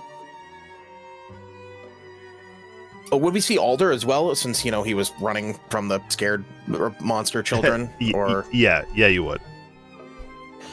I would pretty much flag everybody over. Again, William has neglected to tell us some core information, so I'd like to get everybody updated that I can see. King of Corn! I found King of Corn! What? The king! We found the king of the corn we are looking for. Big monster. Okay. Took all the children. Deep breath, Alder. Why don't you just tell us straight what's happening? Okay, so I go into schoolhouse. There is Actually, quite a nice little children's song on the chalk. But Okay. that is not important part. Drawing of King of Corn coming out of corn, bringing the children in. All of a sudden, all they hear is Raum, Raum, Raum. And I turn around. All of the pumpkin children are praising Alder and blocking him from leaving, so I leave out window. King of Corn. There we go. As soon as you say the name Raum, you guys will hear this like chattering of beaks as you notice the magpies in the trees are starting to like mouth something with their mouth. We all see this? The four of you see this, yes. And I guess Revan would too, since Omen's out there. And then you start to notice they all kind of look in one direction at once. And then you see one turn to you, and they'll each recite something to you, the four of you. And as they do, this is what you hear from them. And I'll write it somewhere if I need to. But the first one says, 1 for sorrow. Next one says 2 for joy, and continues. 3 for a girl. 4 for a boy. 5 for silver. 6 for gold. 7 for a secret never to be told. 8 for a wish. 9 for a kiss. 10 a surprise you should be careful not to miss. 11 for health. 12 for wealth. 13 beware, it's the devil himself. Shit. 13 magpies on a tree. Can I cast Detect Magic? Yes. Pew! Can I do a religion check? Sure. So first with the detect magic, as you detect that, you see as soon as you do that, all of these birds, these magpies in the tree, all have these dark glowing eyes. That as you notice it, all of these little eyes look like little magical stones. That you could, if you wanted to, take them from the magpies, and they are worth some money. Absolutely not. I didn't want to interrupt, but can I have Pox help me on this check? Yes. And then you also notice as you're looking down as well with all the scarecrow bodies, you see those crows again, and they're all pecking away at the heads of the scarecrows just incessantly. Something familiar about that.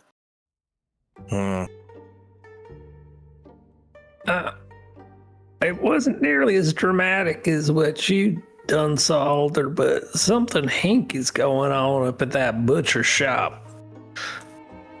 And then Dr. Morn, with your religion check, you don't really glean anything from it. It doesn't seem like it's really anything religious. Okay. Oh, At the Clarence Sorry, says that, right? I'm sorry to interrupt. I just wanted to ask. Clarence does say that out loud, right, to everyone? Right, after Reverend's talking, I would say something. Okay. So I haven't talked to her yet, but I did break into her son's office. She's got another kid, a very angry looking daughter, and I found a satchel hidden under the floorboards. Revan, the daughter, me and Ginger here, we just discovered from our dear pal William that she can leave the corn and come back perfectly fine. Fuck. And since all 5 of you heard this, I need each and every one of you to roll me a D100. Ugh. Which I will in just a hot second. Yep. My mouse ran out of battery. Give me one moment. I'll be back. Okay. Go for it. 20. So we got a 20, a 68, and a 45. Oh, roll as Madeira for some reason. Interesting. I have access to her character sheet. Why? That's do funny. you? Interesting. Okay. I told you she's the new Madeira. it's canon now. Her stuff. Unzips suit. We need to stop calling her New Madeira. She is her own person. Right. But it says Madeira. All right. So yeah, that's true. Breaks fourth wall. Yeah, breaks fourth wall. Thank you, Tree Man. We weren't formally introduced. I am older. All right, we'll go to Dr. Morn last Ginger. because it requires another thing. So Revan, 68. Ooh, Ooh, a 95. So 98. it says, so all of you have been cursed after hearing this. I'll just put Rude. that out there. Rude, right? So we'll specify this. I will say it's the first creature you see, but all creatures of a specific species are invisible to you. Oh. So That's funny.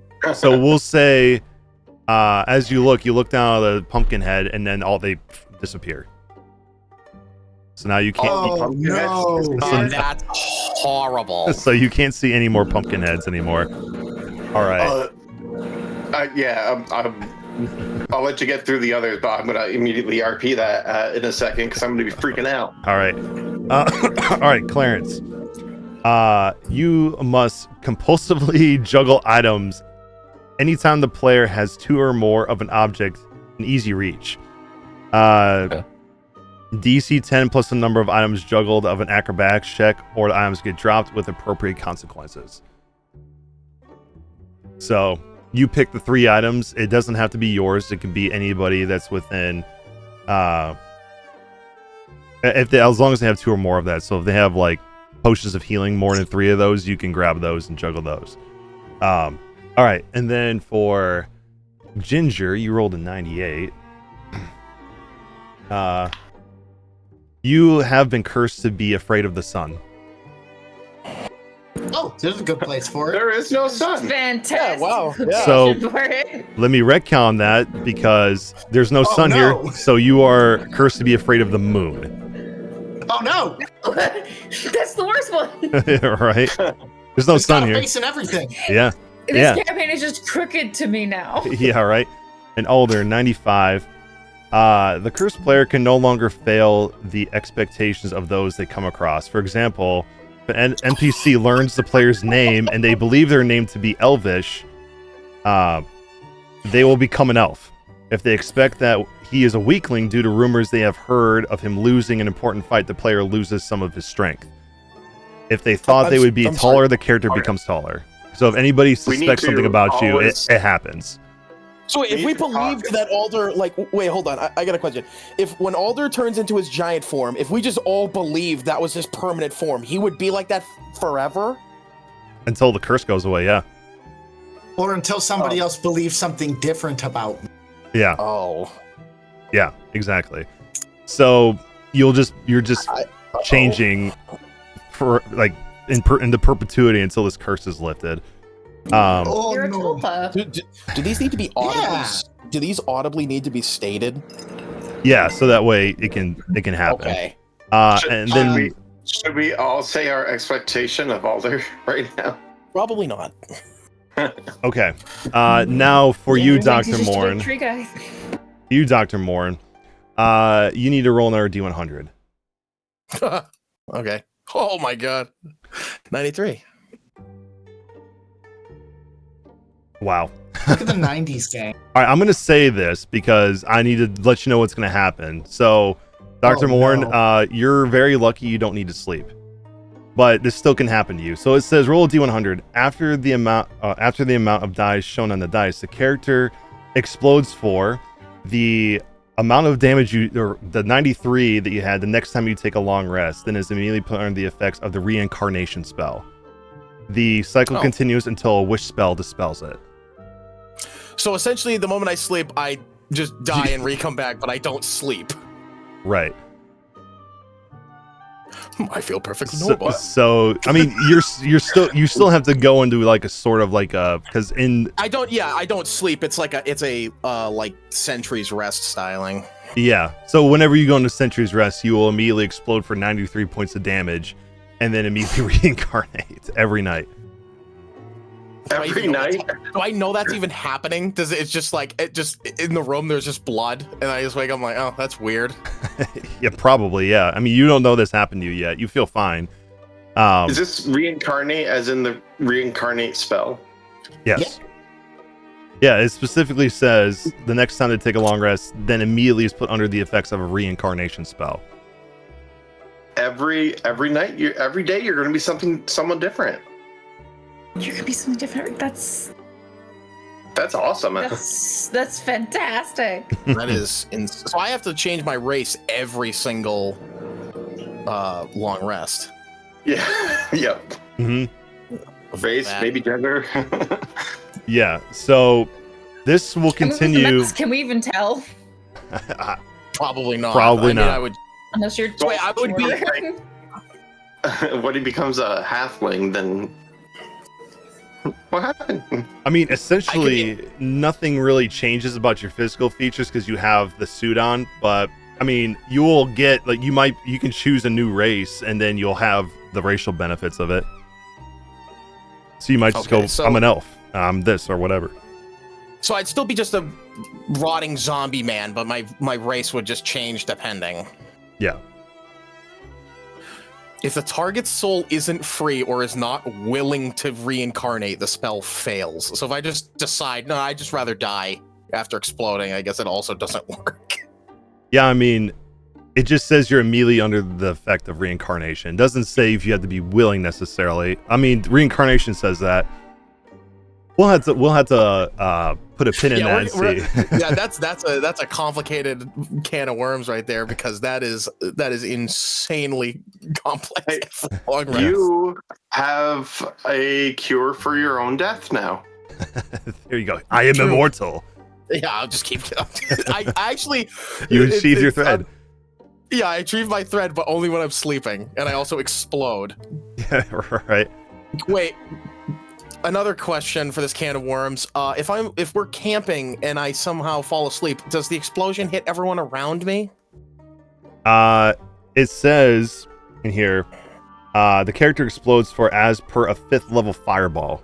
So yes, there is splash damage. That's horrible. Okay, that's really bad. So I'm gonna destroy every location I'm sleeping in. Yep.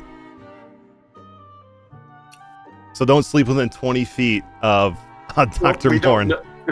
You don't know this yet. Yeah. You don't know that. Yeah. Right. You don't even know it yet, Dr. Morn. You above table do. Or hotel, and all of us in it.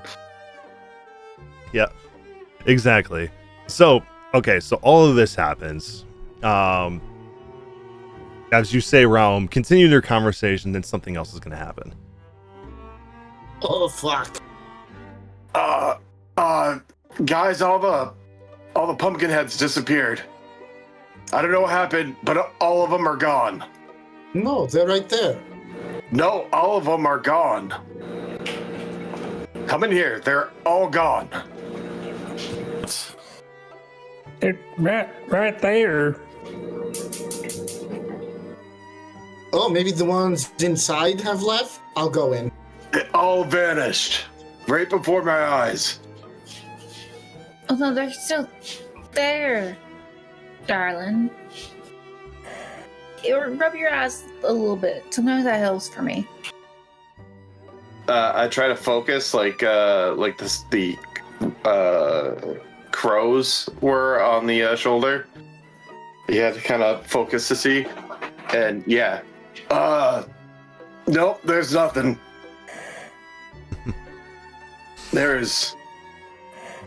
They're gone. I cannot Last night. I cannot believe how unbelievably bad that is for Revan. That is so fucking bad. All right.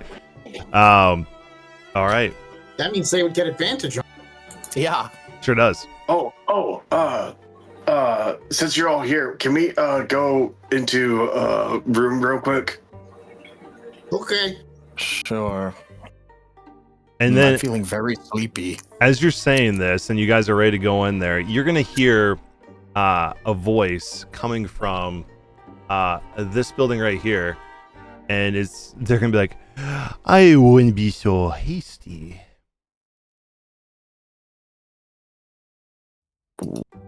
What? Who? As you guys turn around, From which building? this one right here. As you guys look over, you'll see, sort of standing under the shadow, you will see a figure standing there leaning up against the wall. And this person will then step out, and you will see none other than Adelaide standing there.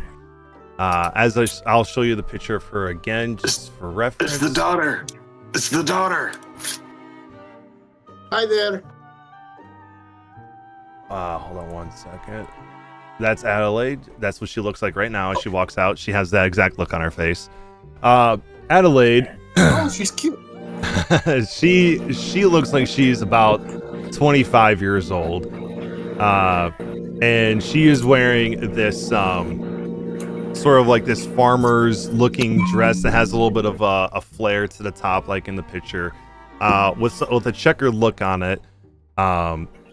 It looks a little bit like roughed up, and you can see little bits of like leaves from corn husks sticking out in some spots.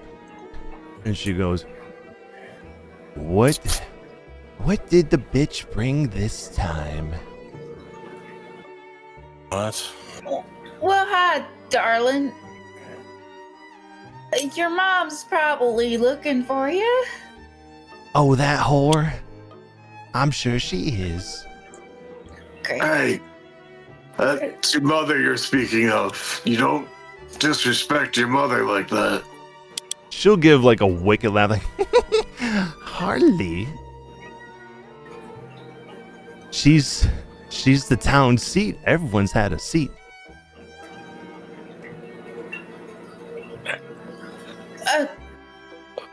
So how do you get in and out of the corn? Right.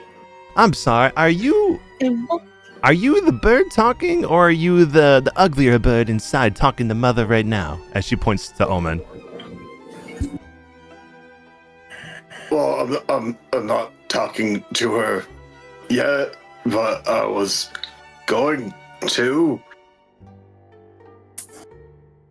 Who are you? Oh. I still have detect magic up. Can I how step a do little you- bit closer to her? How Yes. do you go in and out of the corn? That's such a precarious question. Wouldn't you like to know?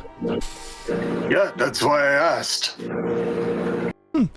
You should ask Raoum that question. Who is Raoum? Oh, he's my best friend. He's the king of the corn. I thought Jericho was your best friend. He was. But Jericho's dead. Did Raoum kill him? You ask so many questions. You always speak I through your do. bird, or do you always act like a coward? Come talk to me yourself, or is that stomach hurting you a little too much? Yeah, I have a bit of a stomach ache.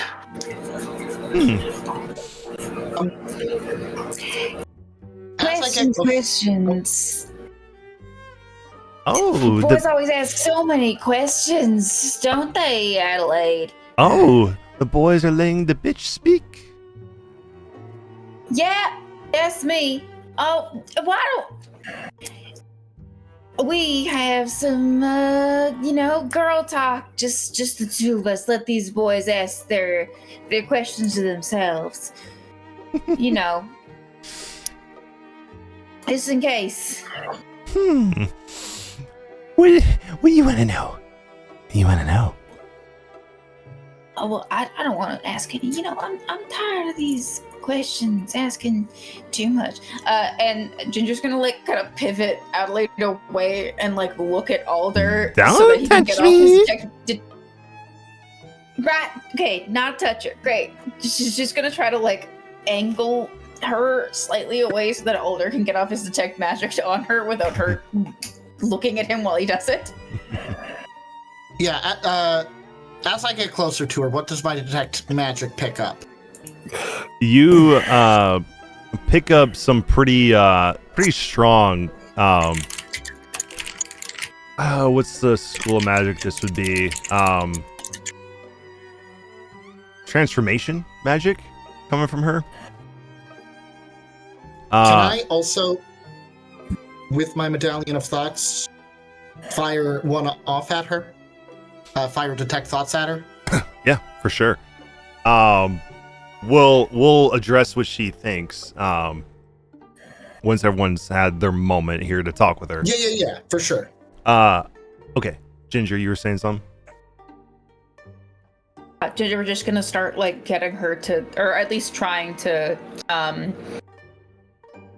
not probe, but like, oh, I'm new here, and I kind of got that vibe off Martha, off your mom. You want to tell me a little bit more about that?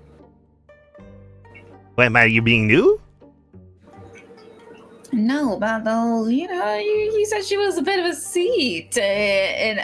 Listen, my own mom, bit of a doorknob herself. Everyone gets turns, so I bet we could probably, You should go to ask William.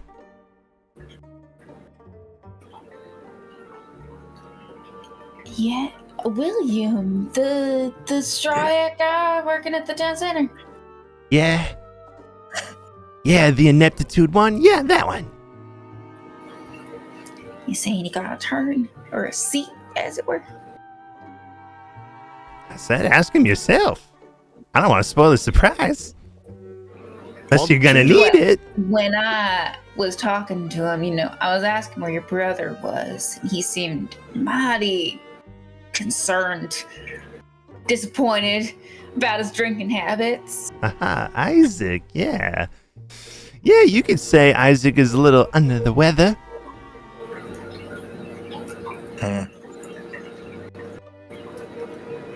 While Ginger is talking to her, can I take my rifle off my back? And can I try to just touch her with the barrel of it since it's silvered to see if it disrupts any kind of transformation she might have on her? If Alder hasn't said that yet, technically. Yeah, he so hasn't. I know that. Yeah. I still take it off because, to be honest, that after that comment, I think it's pretty hard to not immediately assume that she has had something to do with his disappearance. While he's threatening her with the gun, does it look like she's holding 2 or 3 of any object? No, she's not holding any object. Okay. She's holding. There's only one that you can see that's like hanging off her side. Okay. She's safe for now. She'll say, that one doesn't have the guts to pull the trigger. You have no idea. Oh, I do. No, I wouldn't. I do. Just that one over there. I don't think it's in his best interest to pull the trigger, because I think that you have a very valuable mind for the mission that we're currently on. So you said your brother's a little bit under the weather. Do you know where he's lying down? Is it in the windmill? Because that's where William saw him last. William seemed super worried about him. Why don't you go find out for yourself? Okay, great. I hate this so very much. I'm not going alone. So one of you and not her are coming with me. Oh, why don't you come with me? Have a little girl time, like you said. We've had a lot of girl time, as it were, right now. This has been fantastic, Adelaide. I'd love to get a glass of wine with you sometime. But I'll be so for real. You are very unnerving in a fantastic way. I mean, don't dim your sparkle. What about that What one? are you? Only take it in small doses. What am I?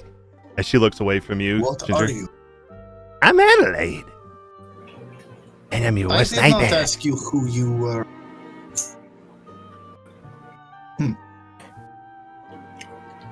No.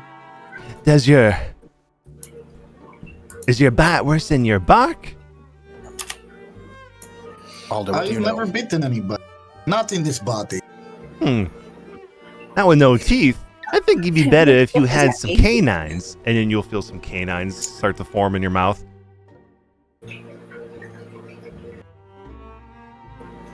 Do we see that? Yeah. Okay, so we're gonna stop provoking the weird girl who's doing stuff to people. From my perspective, it looks like she just put or did some magical effect to Alder, so I'm going to get closer to her. Oh, Alder, what did she just do to you? I didn't I do a have teeth now. thing. It's fine. The magpies did that. A little treat from Raoum.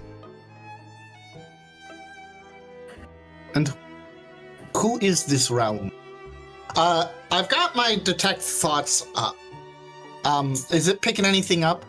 Yeah, you detect thoughts. Okay.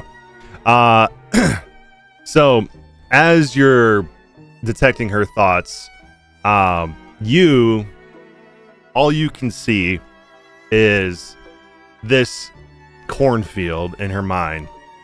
You can see that there is obviously the barrier that you guys try to come across, but just on the other side of it, you see a path, and you see this path wind forever through this maze, just in this giant cornfield. There's a giant maze in here, and you can see there's different paths it takes, multiple dead ends, multiple different ways. It's a very complicated maze, but at the center of this is a giant, like, almost looks like a crop circle, and it has all these etchings made out of corn stalks in the center of it. And you can see a lonely scarecrow standing in the middle with a crow standing on his shoulder, one that is a full normal looking scarecrow. And as you're looking down through her detect thoughts, it kind of zooms in on this circle, and you then, as you're coming close, you then will notice that the scarecrow looks directly at you in your thoughts, and you could feel a little splinter in your mind, as if what you're seeing through her mind, it can see you too.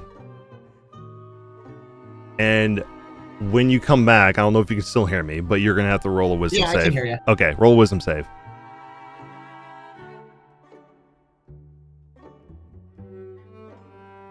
Let's go.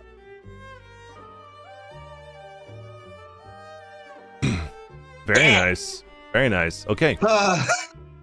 Nothing happens to you, but the one thing you notice before you're pulled out of the thought is you can see the same 4-starred amber eyes in the crow and the scarecrow in the middle.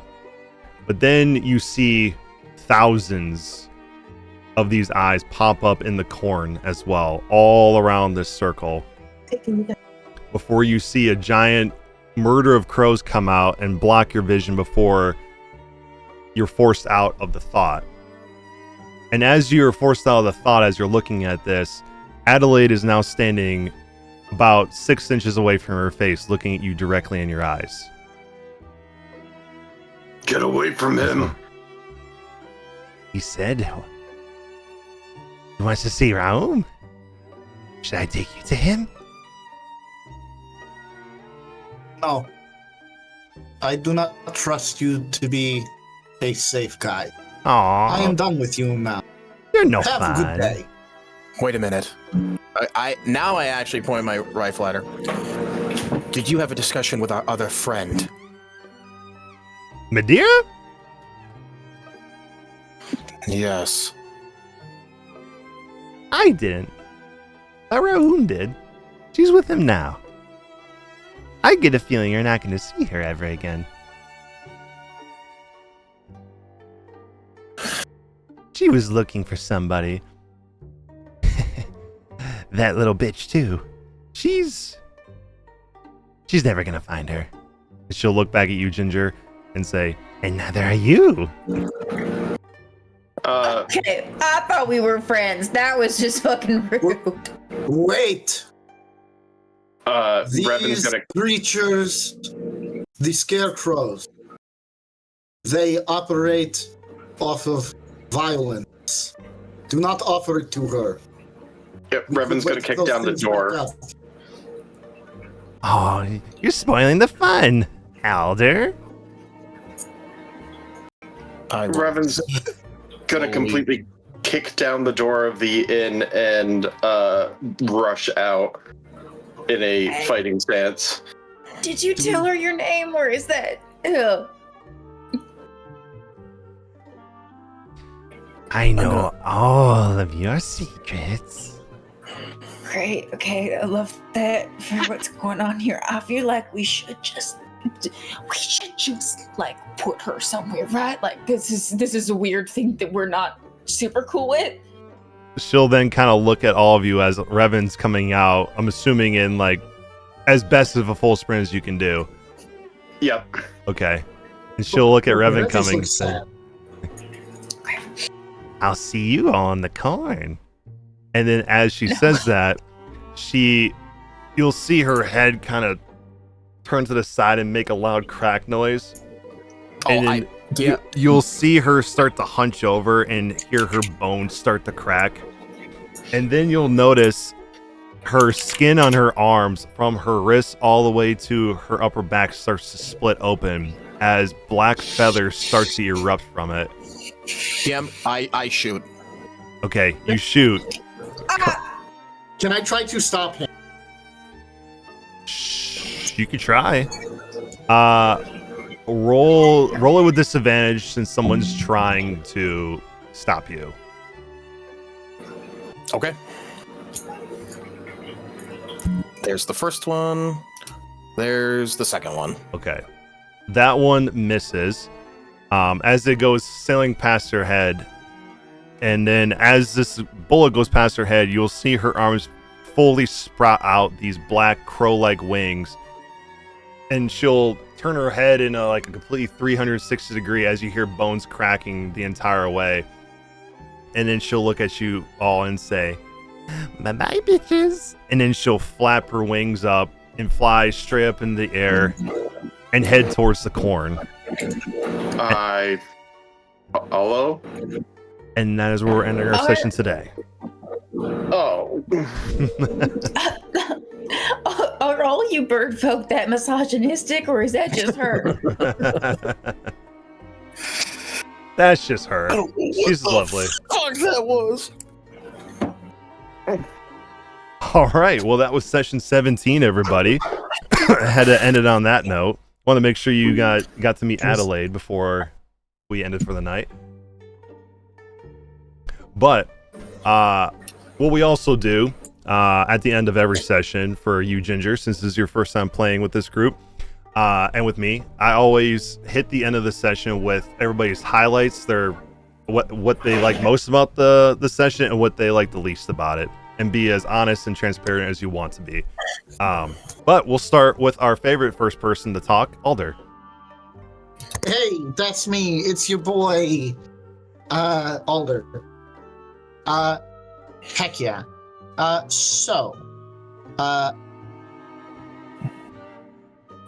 Yeah, highlights. I feel like the vibes were, the creepy vibes were really on point. Appreciate it.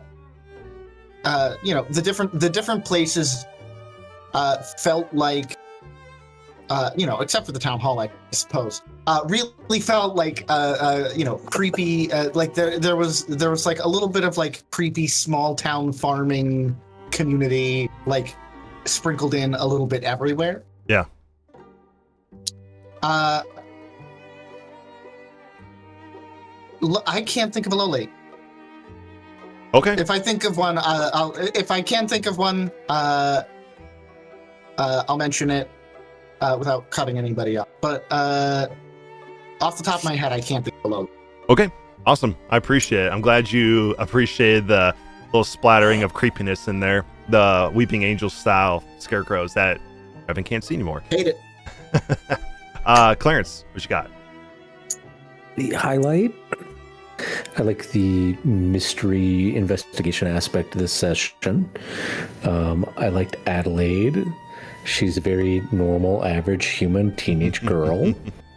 No. Low light, just personal. I was very sleepy. I don't think I actually fell asleep, but I was a little dozing off there, which is my bad. I didn't even notice, to be honest. Someone in the chat here said their highlight was Clarence's cat. Yeah, he likes to make appearances. He does. He definitely does. All right, appreciate you sharing. Dr. Morn. Highlight. Obviously, I gotta give props. New character, Ginger, and as well, I very much enjoyed interacting with the new character. It's also nice to have somebody who can actually talk to people with charisma, with our big fat 8 charisma party here, or I think bare minimum 10. But yeah, and enjoyed all the interactions with Ginger. And I also enjoyed all the sort of small town vibes. I still have a bit of investigating to do next session. Mm-hmm. Yeah. Lowlight, I really don't know what I'm going to do with that curse. That's pretty bad. I genuinely am going to end up destroying buildings and stuff. Yeah, if it wasn't for the nuke part, it's pretty cool. I think I broke my headset. Nope. If it wasn't for the blowing up the building part, it would be less bad, but that's going to be really awful. Hey, think of it this way. If you get lingering injuries, you're going to only have to deal with them for a day. That's true. That is actually completely true. What would that be? Force damage every time? It would be, I would take all the lingering injuries and then I would explode and then come back and then they would be all gone because it'd be essentially like the regenerate spell. Yeah, that's true. That's very true. Dang, Revan should have got that one. Yeah. Let's swap. Yeah. I don't think I'd want to swap with his either right now. You can't see anything of one creature. Yeah, that's a bad one for you, Revan. But you got any lowlights there, Dr. Morn? No. All right, No. Sweet. But speaking of Revan, it is your turn. What you got? So highlights, again, I'd like to welcome our new player. Very fun playing with you. Sorry to keep referring to you as Madeira, but you did give my character permission in the room, and he honestly, I think at this point, doesn't even remember what someone said your name was. So, highlights, other than that, all of the Scarecrow are gone. Like, we don't have to deal with them anymore. Watch them vanish myself. Right. The RP. The RP is fun. RP sessions are always a lot of fun. Like Alder said, the creepiness is, there. It was there on, everyone's little side thing, which was great. And the little girl, 25-year-old, whatever her name is, Adelaide. Her transformation, like twisting and cracking and splitting open, like the visuals of it is just creepy and awesome. I did notice, now this is from another campaign, but I believe you pretty much gave her the voice of the princess in the Oath of the Princess Athena. Crownbreaker? Yeah, Crown of the Oathbreaker. yeah. As soon as you started talking, I'm like, it's her. No. Yeah, Athena's back. Yeah, I was gonna go brought up, its own horror. Yeah, I'm glad that's the voice that stuck, because I originally in my head I was gonna start doing like the "Hello, princess," but I was like, that's not gonna work. I mean, that's effectively creepy on its own, but I'm like, I can't really do it in a female voice very well. I'm not great at female voices, but that's the best one I can do. That's as creepy as I can get, and it ends up being Athena's voice. Hers is more high pitched though. Yeah. She has much more screechiness to it. Any lights? This is more mature. Yeah, more mature. This is her before she became a princess. Yeah. She's the princess of the corn though. But you got any little lights? Not really. Sometimes I wish we don't split the party, but this group is a very much, all right, well, if we're not in immediate danger, why don't we split? Yeah. Cover your We ground. really haven't learned or had any kind of reason why it's not safe to do that. And a lot of campaigns, you're stuck in the oh, you're going there, well, I guess we're all going there because it's not safe. But even in a really creepy, fricked up world that we're in, like, there is the moments where we can breathe easy and feel like we can do that, and it's both cool, but also at the same time there's a lot of sitting around from that, so it's not really it's not a complaint, it's more of a observation. Sure. Because it's not essentially a bad thing, because everyone gets a chance to shine this way. Mm-hmm. We each get our moment in the spotlight, which is good. It's just, then we all got to reconvene and share everything. Sure. Yeah, I understand that. But yeah, no, I get it. It's a good town to do it at. Well, until you upset something, and then it's not a great idea. It works for Scooby-Doo. It's good enough for us. True. All right. Well, I appreciate you sharing, though. It's good that I said share anything that's on your mind, so I appreciate it. In Scooby-Doo, it was only so that Fred could, get alone time with Daphne. You know that, right? Oh, yeah. Of course. All right, but last but certainly not least, our newest player, Ginger. What you got? I just thank you all for being so welcoming. It was a fantastic first session for me to come into. I thought that the roleplay was great. I'm always a huge fan of roleplay. I am looking forward to getting into some combat scenarios, because I also do love combat in D&D so much sometimes. So yeah, my highlight, I think, was just the roleplay and how everyone's characters are so grounded, and I feel like I got to know everyone's characters so clearly and so succinctly in such a short period of time, which is great. I think my low light would just kind of piggyback off of Reven's, which was just I'm excited to see everyone kind of come together and be in the same room and talk like that. And not necessarily a low light, I guess more like a wish than low light. For sure.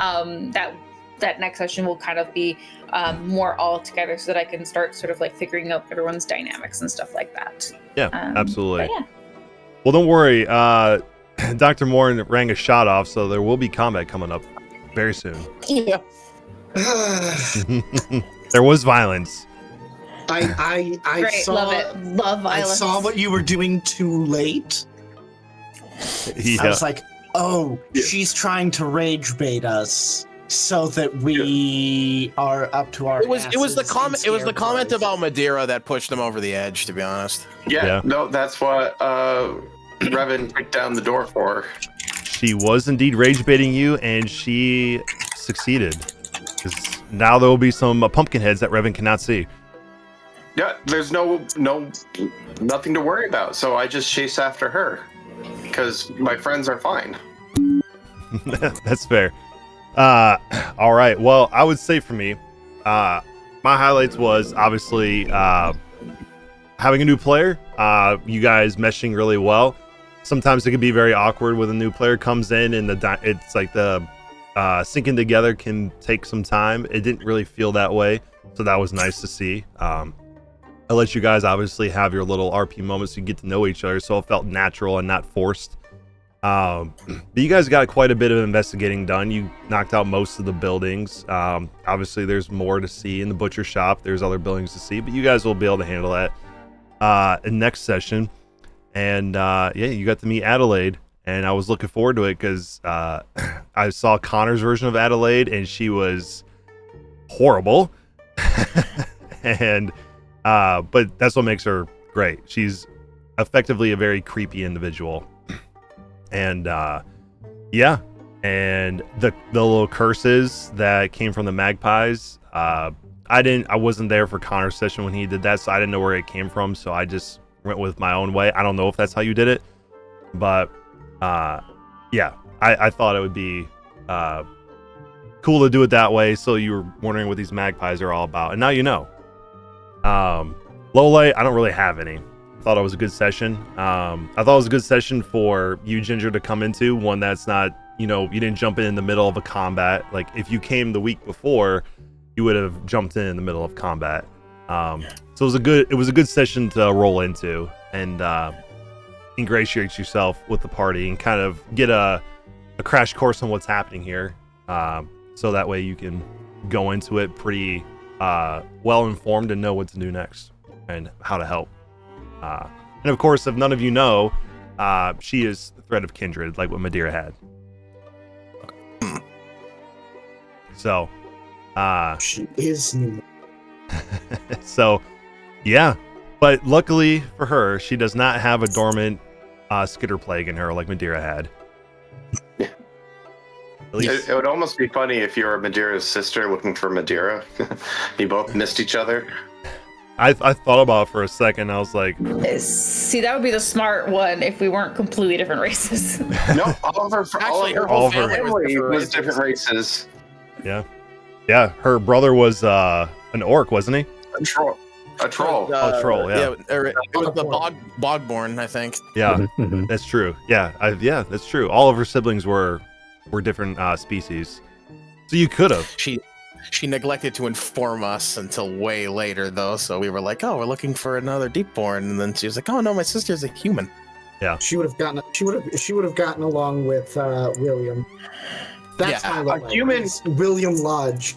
I believe the worst information giver.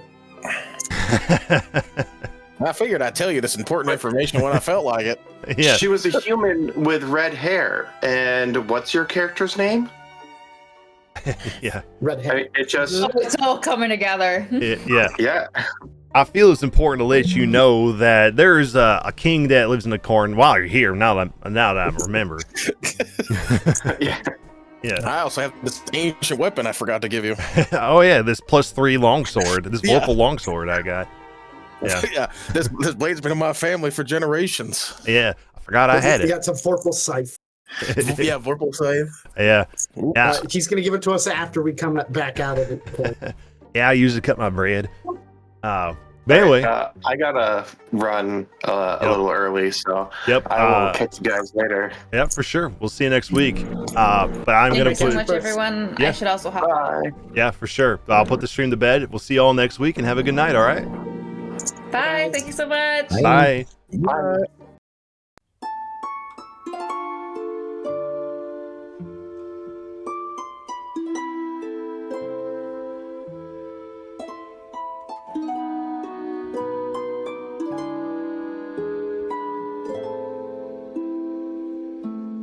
Light of my life, wrapping me gently, leaves gliding up where it spill into night. I've loved the world, shaped by these shadows, held in a long sweet song of time, time spent with you,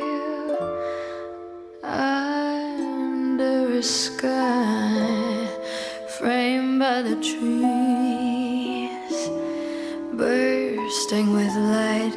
Time could have stopped there, but then leaves shuddered still. Wind hummed along our beautiful world, moving to its own song.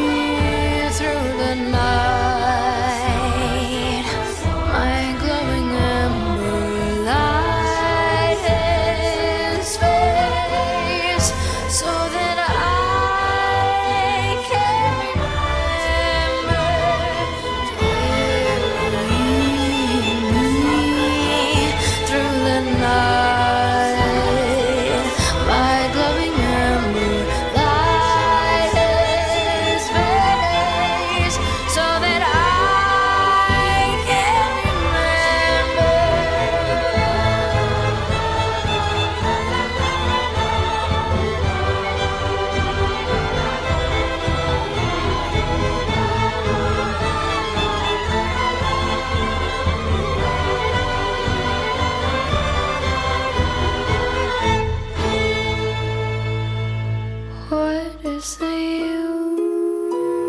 use spending this last tear? How does it make this more painless to bear?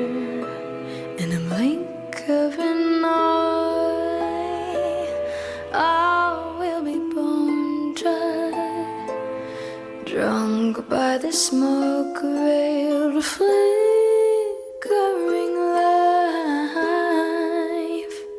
life spent with you under a sky framed by the trees, bursting with light. Time should have stopped there, but then